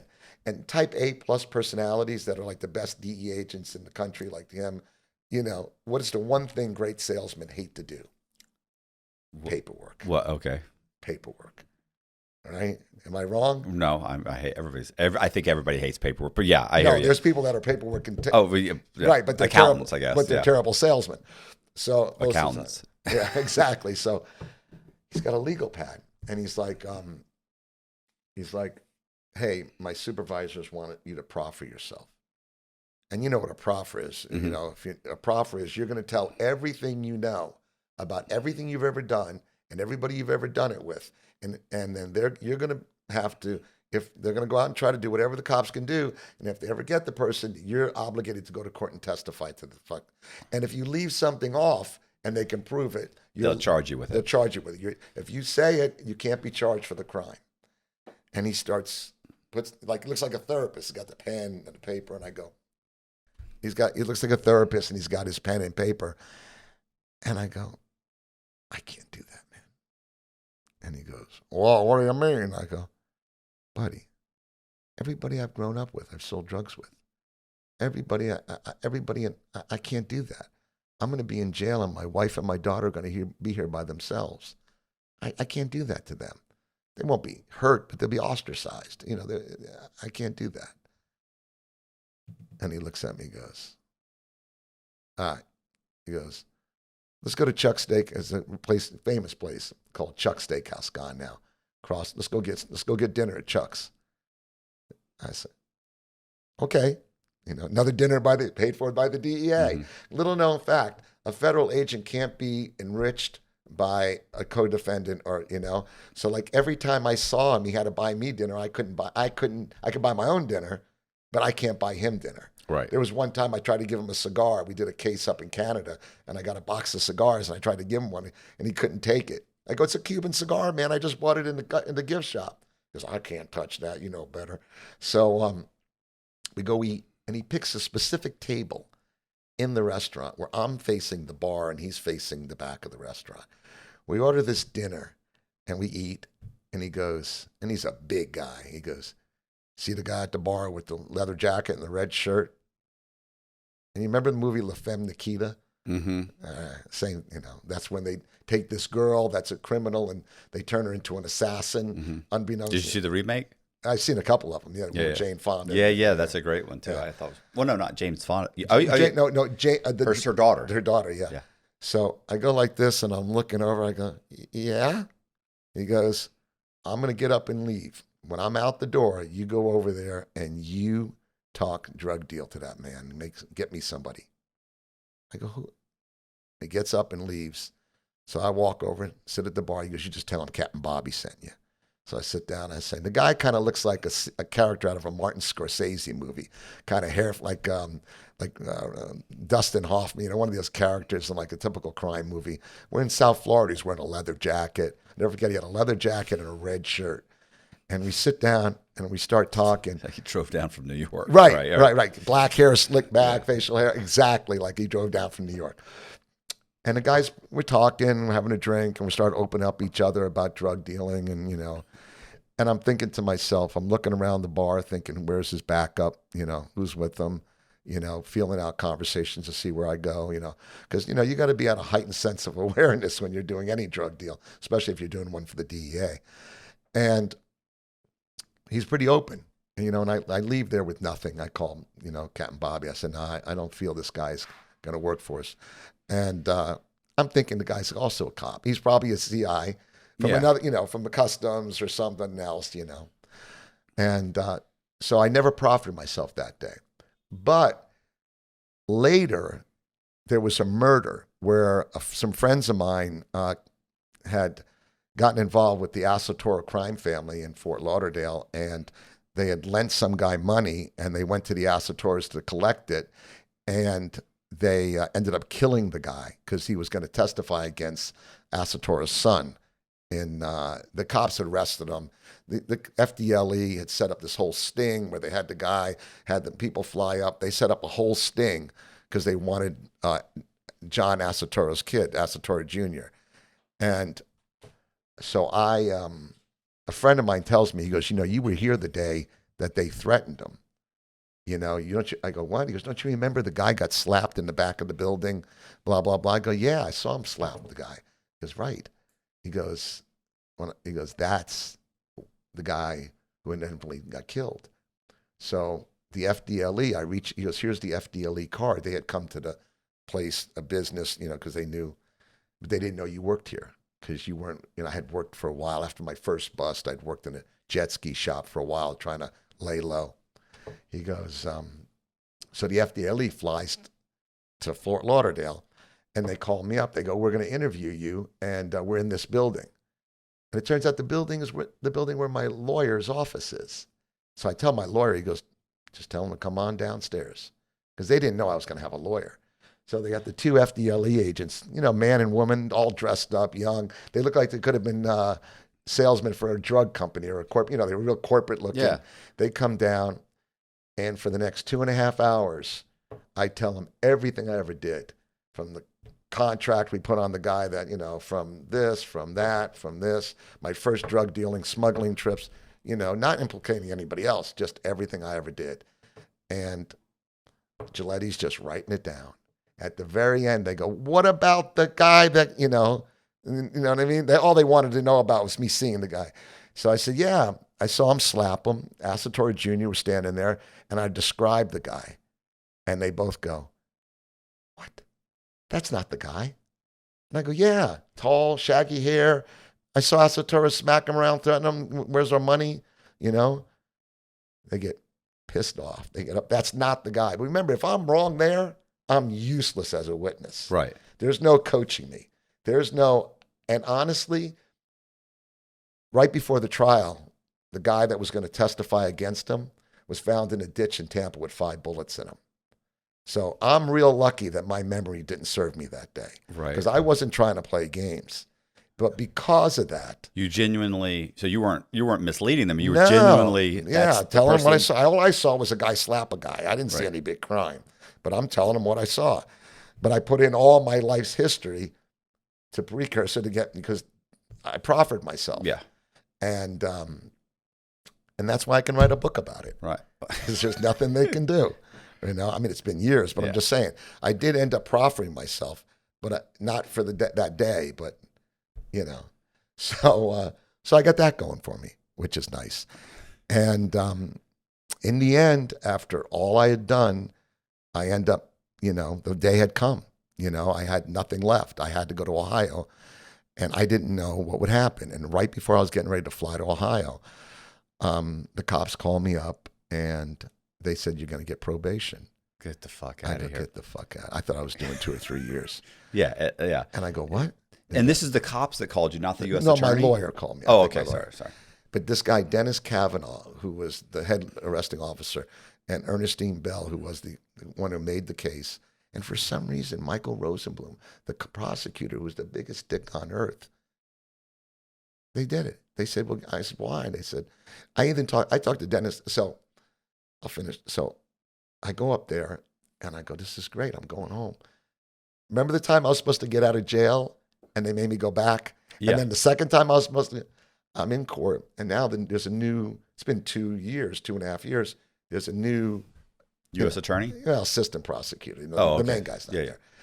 And when the judge says, well, here's what we're going to do. He's going to get probation. He's going to pay $25,000 in fines. And he's going to have his record expunged after 5 years after. She goes ballistic. What happened was, and I don't remember exactly, but the judge had one more term before he was going to retire. And there was some deal made where nobody will run against unopposed. They will run unopposed. He'll run unopposed. Nobody will run against him from the Republican Party. Let's say, as long as nobody ran against, my lawyer was going to run for the prosecutor. So everybody agreed to stand down. It was kind of like there was some quid pro quo made, but I was the winner of it. And my lawyer ended up actually becoming running for state attorney's office, or local attorneys. He was so and got it. He was for after I years later. But anyway, I'm up in court and I'm going home, and all of a sudden, that young lawyer gets up and goes, "What? He's getting probation? He's a RICO charge, and he's going to get expungement? That's for somebody that's caught with a little bag of marijuana, not tons and tons of weed." And she goes, "We're not doing this," and she runs out the door. And I'm sitting there, and I think my lawyer's got this. He's talking, and finally he looks at me and goes, "Give me a minute. Matter of fact, give me a couple hours." And he leaves. And I'm sitting in the courthouse going, I'm going to jail. Well, the beast is very unforgiving. Right. So the longest 2 hours of my life, I'm walking around the courthouse, and I'd been there many times, so I knew my way around there after all the hearings. And most of the first 4 or 5 times I was there in shackles, chained to 3 other guys, and comes back, he goes, "It's done, you're going home." So it was a life gift, right? Mm-hmm. It was such a life gift that, so here's the end of the story. 2 years later, I end up having some weird heart infection. I get diagnosed with a disease called endocarditis, and when I finally get to a real doctor, less than 2 weeks to live. And I have to go into the hospital and have my whole heart rearranged. And they're like some special, like they move my heart valves around. They couldn't even do the surgery. I was too sick. I had my aortic valve had been destroyed. Mitral valve had been, there were holes through my ventricles. The guy said to me, listen, we couldn't do it. If you had met another week or two, there's nothing we could do. Just let you say goodbye to your family on a ventilator. You were dead. He goes, we couldn't even do the surgery. You were too sick. They had to wait. So what happens? I'm in the hospital, and one of my friends calls up. The guy I had told that I was going to work for the cops. This is my right-hand man. Right. The guy I bought the gold Rolex for, the guy that I had paid for his family stuff. And he's like, no, I'm persona non. Everybody, they all think, by the way, I busted everybody in Hollywood. They have no idea that I never did none of that ever happened. Right. To this day, I'll get an email. Oh, you wrote a book. Everybody knows that you turned. I said, read the book. Read the book. I never turned in anybody in Hollywood. And he says, well, I know we're not friends, but, I really don't want you to die. And I'm like, you're calling me in the hospital to tell me, like, thanks, man. I wish you wouldn't have called, Right.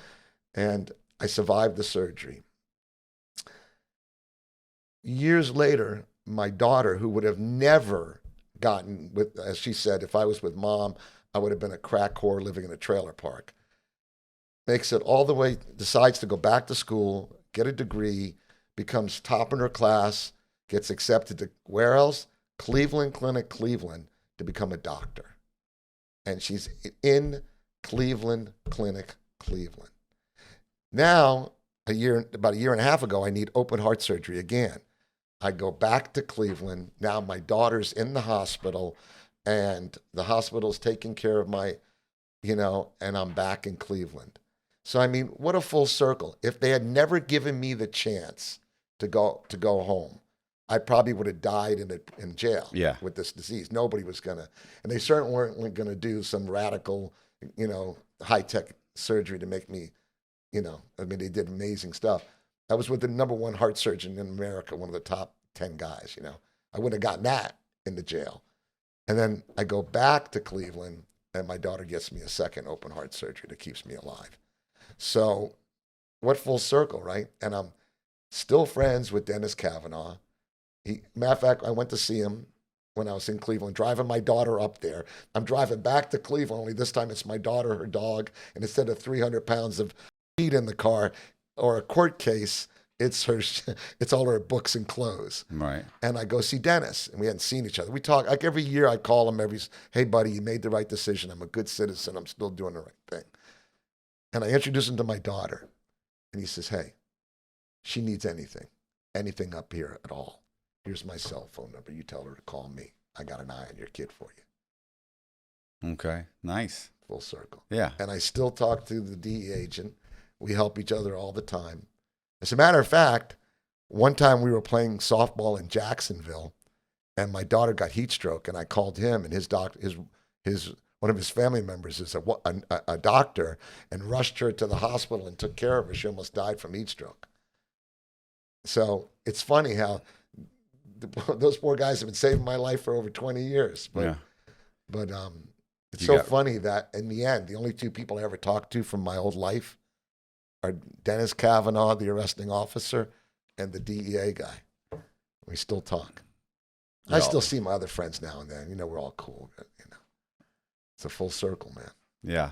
Well, you got lucky with that sentence. Damn. Like, straight. I don't know many people that don't end up doing some time. I even asked him. Want them to do some time. I even asked him, how did I get no time? He goes, I asked him the other day. The prosecutor came down. He goes, well, look at all you did. Right. You had 14, different, he goes, you worked on the biggest cocaine bust in Canadian history, this deal, that deal, that deal. But a lot of it wasn't originated from me. It was, I busted 200 kilos of hash from Amsterdam. That was my deal. But again, I only met the guy one time, but someone called me up and said, hey, this guy needs your help. And I'm like, oh, Christ, I wish he never would have called me. Right. Because now that you called me, you're done. And I got to do it. Yeah. I got to do it. But so, and that fed back to Europe, so you're in Ohio. And, you see international cases. They flew me. I did another bust where I had to fly to Jamaica one time, which I'd been in Jamaica many times because I lived there. I smuggled weed out of there. And the deal went south. And In Jamaica, they don't shoot you. They bring you to a field and cut you up with machetes because they don't have bullets. In Jamaica, they call it a machete party. You know, they take you out and they cut you up with machetes. Yeah, I was gonna say in Jamaica right now, it's like, well, it's just it's horrific. Yeah, but even back then. So that's my story, man. I went full circle, and you know, I'm a straight-laced guy. I got a beautiful wife, 4 great kids. You know, the kids are all doing good, and you know, I don't regret any of it. Yeah. People read the book and they go, "Oh my God, you had this amazing life. How did you ever survive?" And I go, "I was just having fun. I didn't really, you know."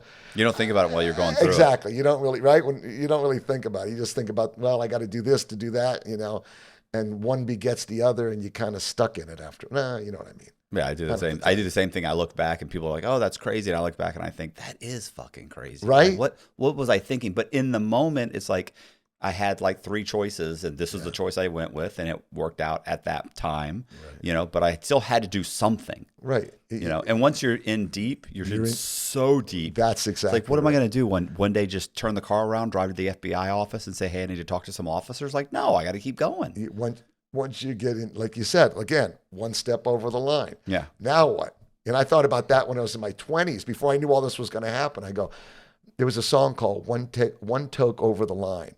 And I said to myself, yeah, this has all been like, you know, one toke over the line. I just took one step and forgot to take the 2 steps back to go change my life, like, which took all that to do it, you know. But did you do an audio version? yeah, I did. I did it myself. Oh, okay. And, I didn't do mine. And I couldn't do it myself. I'm a horrible reader. I am horrible. Of course you are. You're dyslexic. Right. So am I. And it took me like and here's the funny thing. I've been told that the audio version of my book is one of the, like, people are like, I've listened to 1,000 books. I've never heard one better.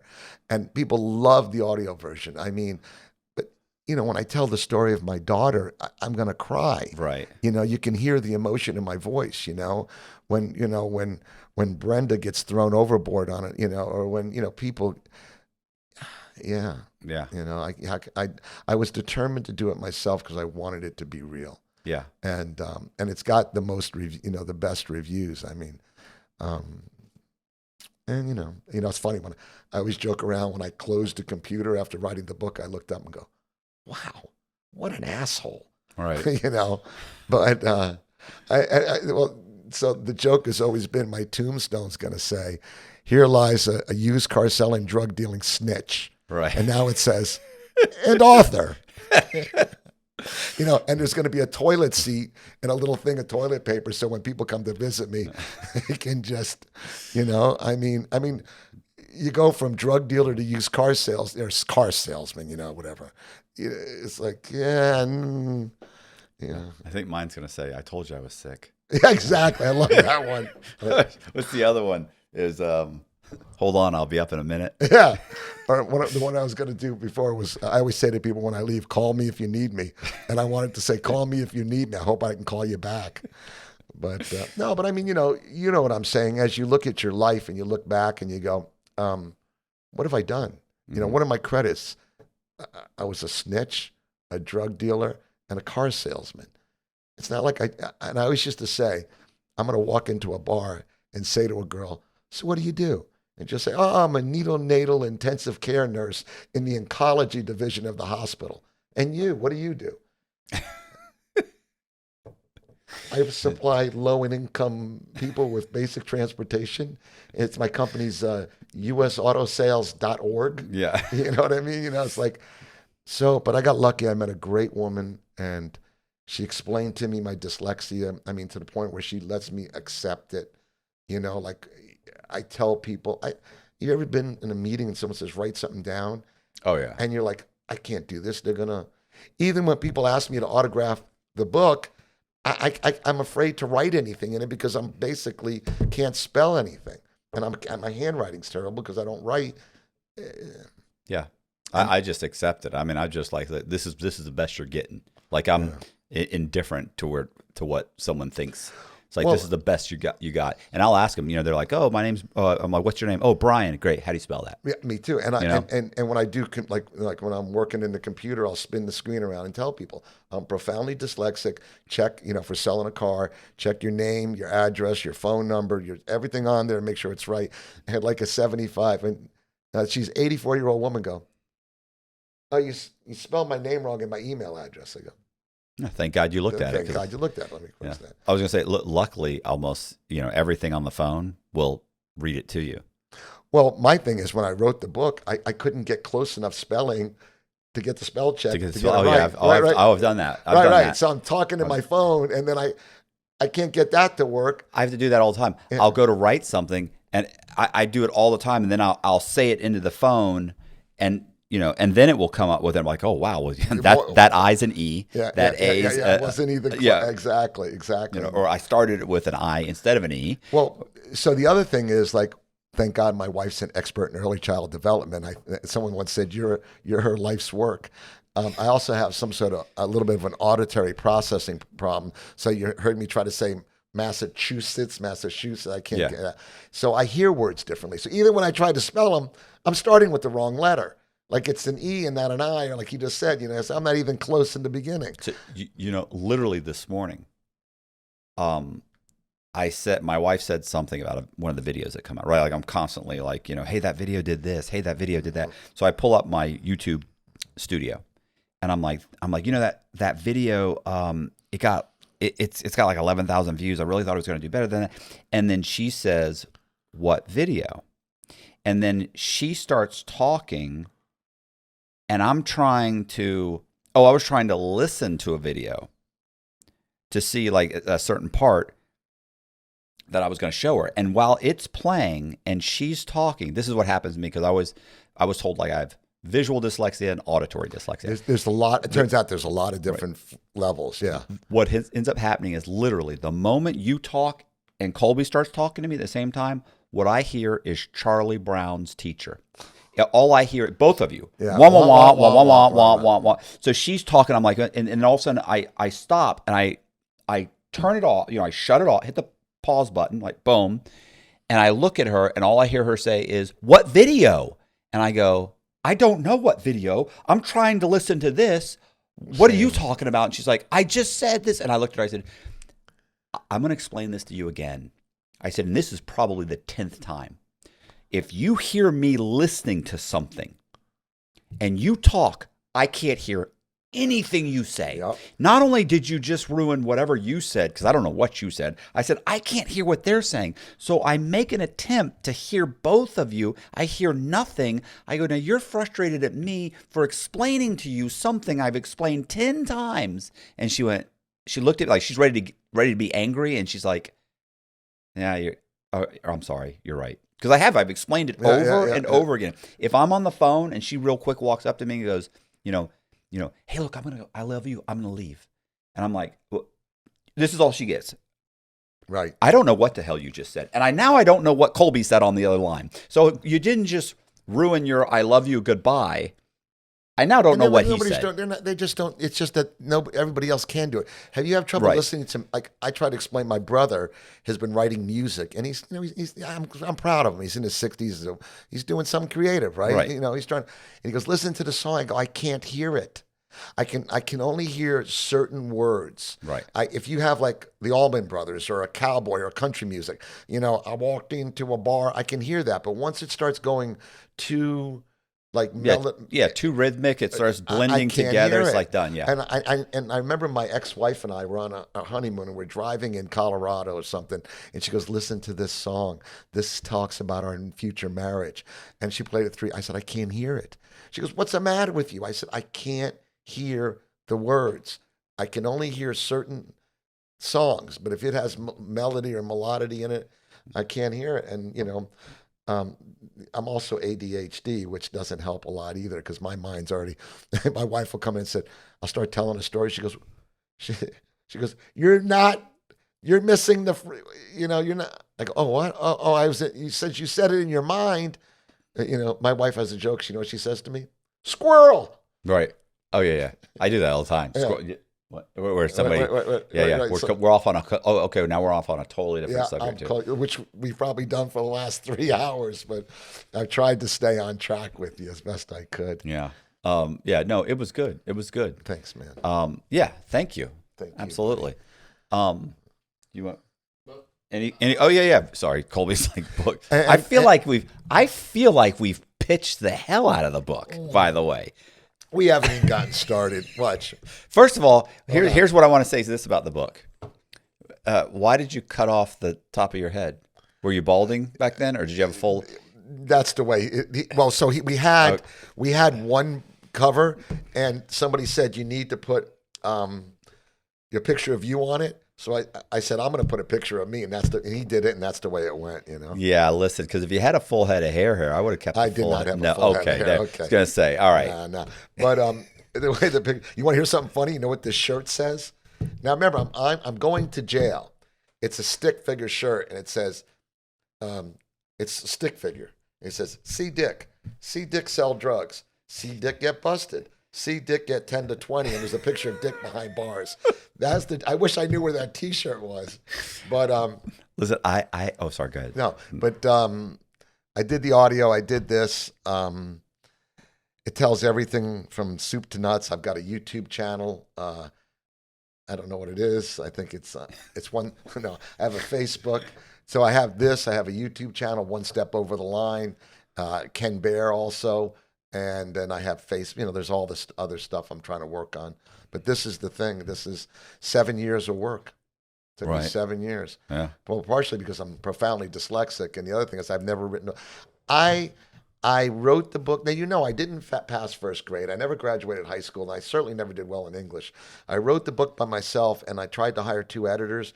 The first editor changed the first line of the book. I never even read anything else he did. I just threw the work away. And the second guy was just an older guy. So I just edited it myself. Right. And I mean, there's some spelling mistakes. There's a lot of, grammar. But I just won an award from Amazon Top Critic Choice for top new crime novel, true crime. Nice. I mean, the guy's a real critic. Yeah. I'm like, how could I win an award? I'm nowhere capable of doing this. But somehow I did it, and I'm just as proud of that as anything else. I mean, I'm not proud of being a snitch. I'm not proud of being a drug dealer, but I'm willing to put myself out there and let everybody know that's the way it works, and that's what I did, I hear you. I could, I have no problem with it at all. Yeah. I always say I hope it's a New York Times bestseller that nobody that I know reads, especially not my father-in-law. It's out. The cat's out of the bag. My father-in-law, my mother-in-law know about it, but they haven't read it. Nor has my wife, thank God. Really? Yeah. Oh, listen. Good. Yeah, I was going to say. Listen, I think at this point, everybody at my gym knows who I am. Yeah. I've got guys at the gym who have read books. They listen to my podcast. Like everybody. Like I don't ever shy away from it. No. Because this is the way I look at it. There are 2 kinds of people. There are those people that know the person I was and know who I am now and are 100% acceptant of the person I was. Right. And there are those people that can go fuck themselves. Exactly. And that's it. So I'm good with that. And the great thing is when I tell somebody about prison or about my story, it's a great, it very quickly separates those people that will come visit you in prison and those people that won't. And those people that won't, I really don't want in my life.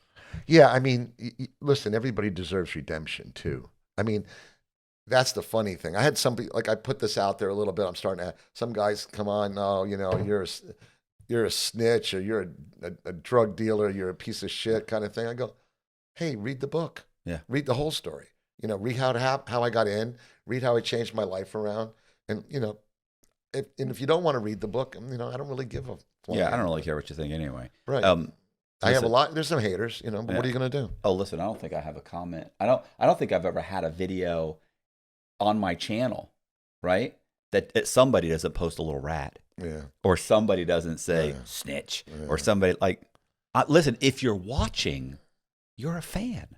Yeah. I don't care what you think of me. Just Right. watch it, share the video, Yeah. tell a friend. Right, You know, exactly. you're a piece of shit. Tell one of your buddies. Yeah. Share the video. Right. Yeah. I'm good with it. And you know what? Walk a mile in my moccasins. Yeah. Like I said, everybody that said I was a snitch when I worked for the DEA, nobody, I mean, like you said, you couldn't get them. They were on, I remember laying next to the guy on the ground, pretending, going, buddy, can you let him get the handcuffs on? I'm thinking to myself. Yeah. And no, it's always the guy that hasn't done any real time. Exactly. And never really got busted or is never really facing any time. Exactly. He's always. Most of the guys that I worked with, the real guys, they understood. Yeah. And you know what? I'm a good guy. I have a big heart. I'll help anybody. I've also, I think when you've been to the mountain, when you've seen the lowest and you're in jail, you see people that really could build a rocket ship and fly to the moon, given, there's but there's a lot of people you just go, the parents shouldn't have had kids. I mean, there's a lot of people that shouldn't be, nobody should be in jail for 13 years. Mm-hmm. Okay. Nobody should be in jail for 22 years, for 27 years, unless you killed somebody and you're a danger to society. The prison system's another fucking problem, but we won't get into that. Well, I'm gonna wrap it up. All right, because we'll just keep going on. I know, you and I will riff forever. Called me yesterday. You said, "Hey, you got a couple minutes?" An hour later, we were still talking. Yeah, I know. Hey, I appreciate you guys watching. Do me a favor, hit the subscribe button, hit the bell so you get notified of videos like this. Please share the video. Please consider joining my Patreon. It's like $10 a month. It does help. And leave me a comment. And once again, share the video. Thank you very much. See ya.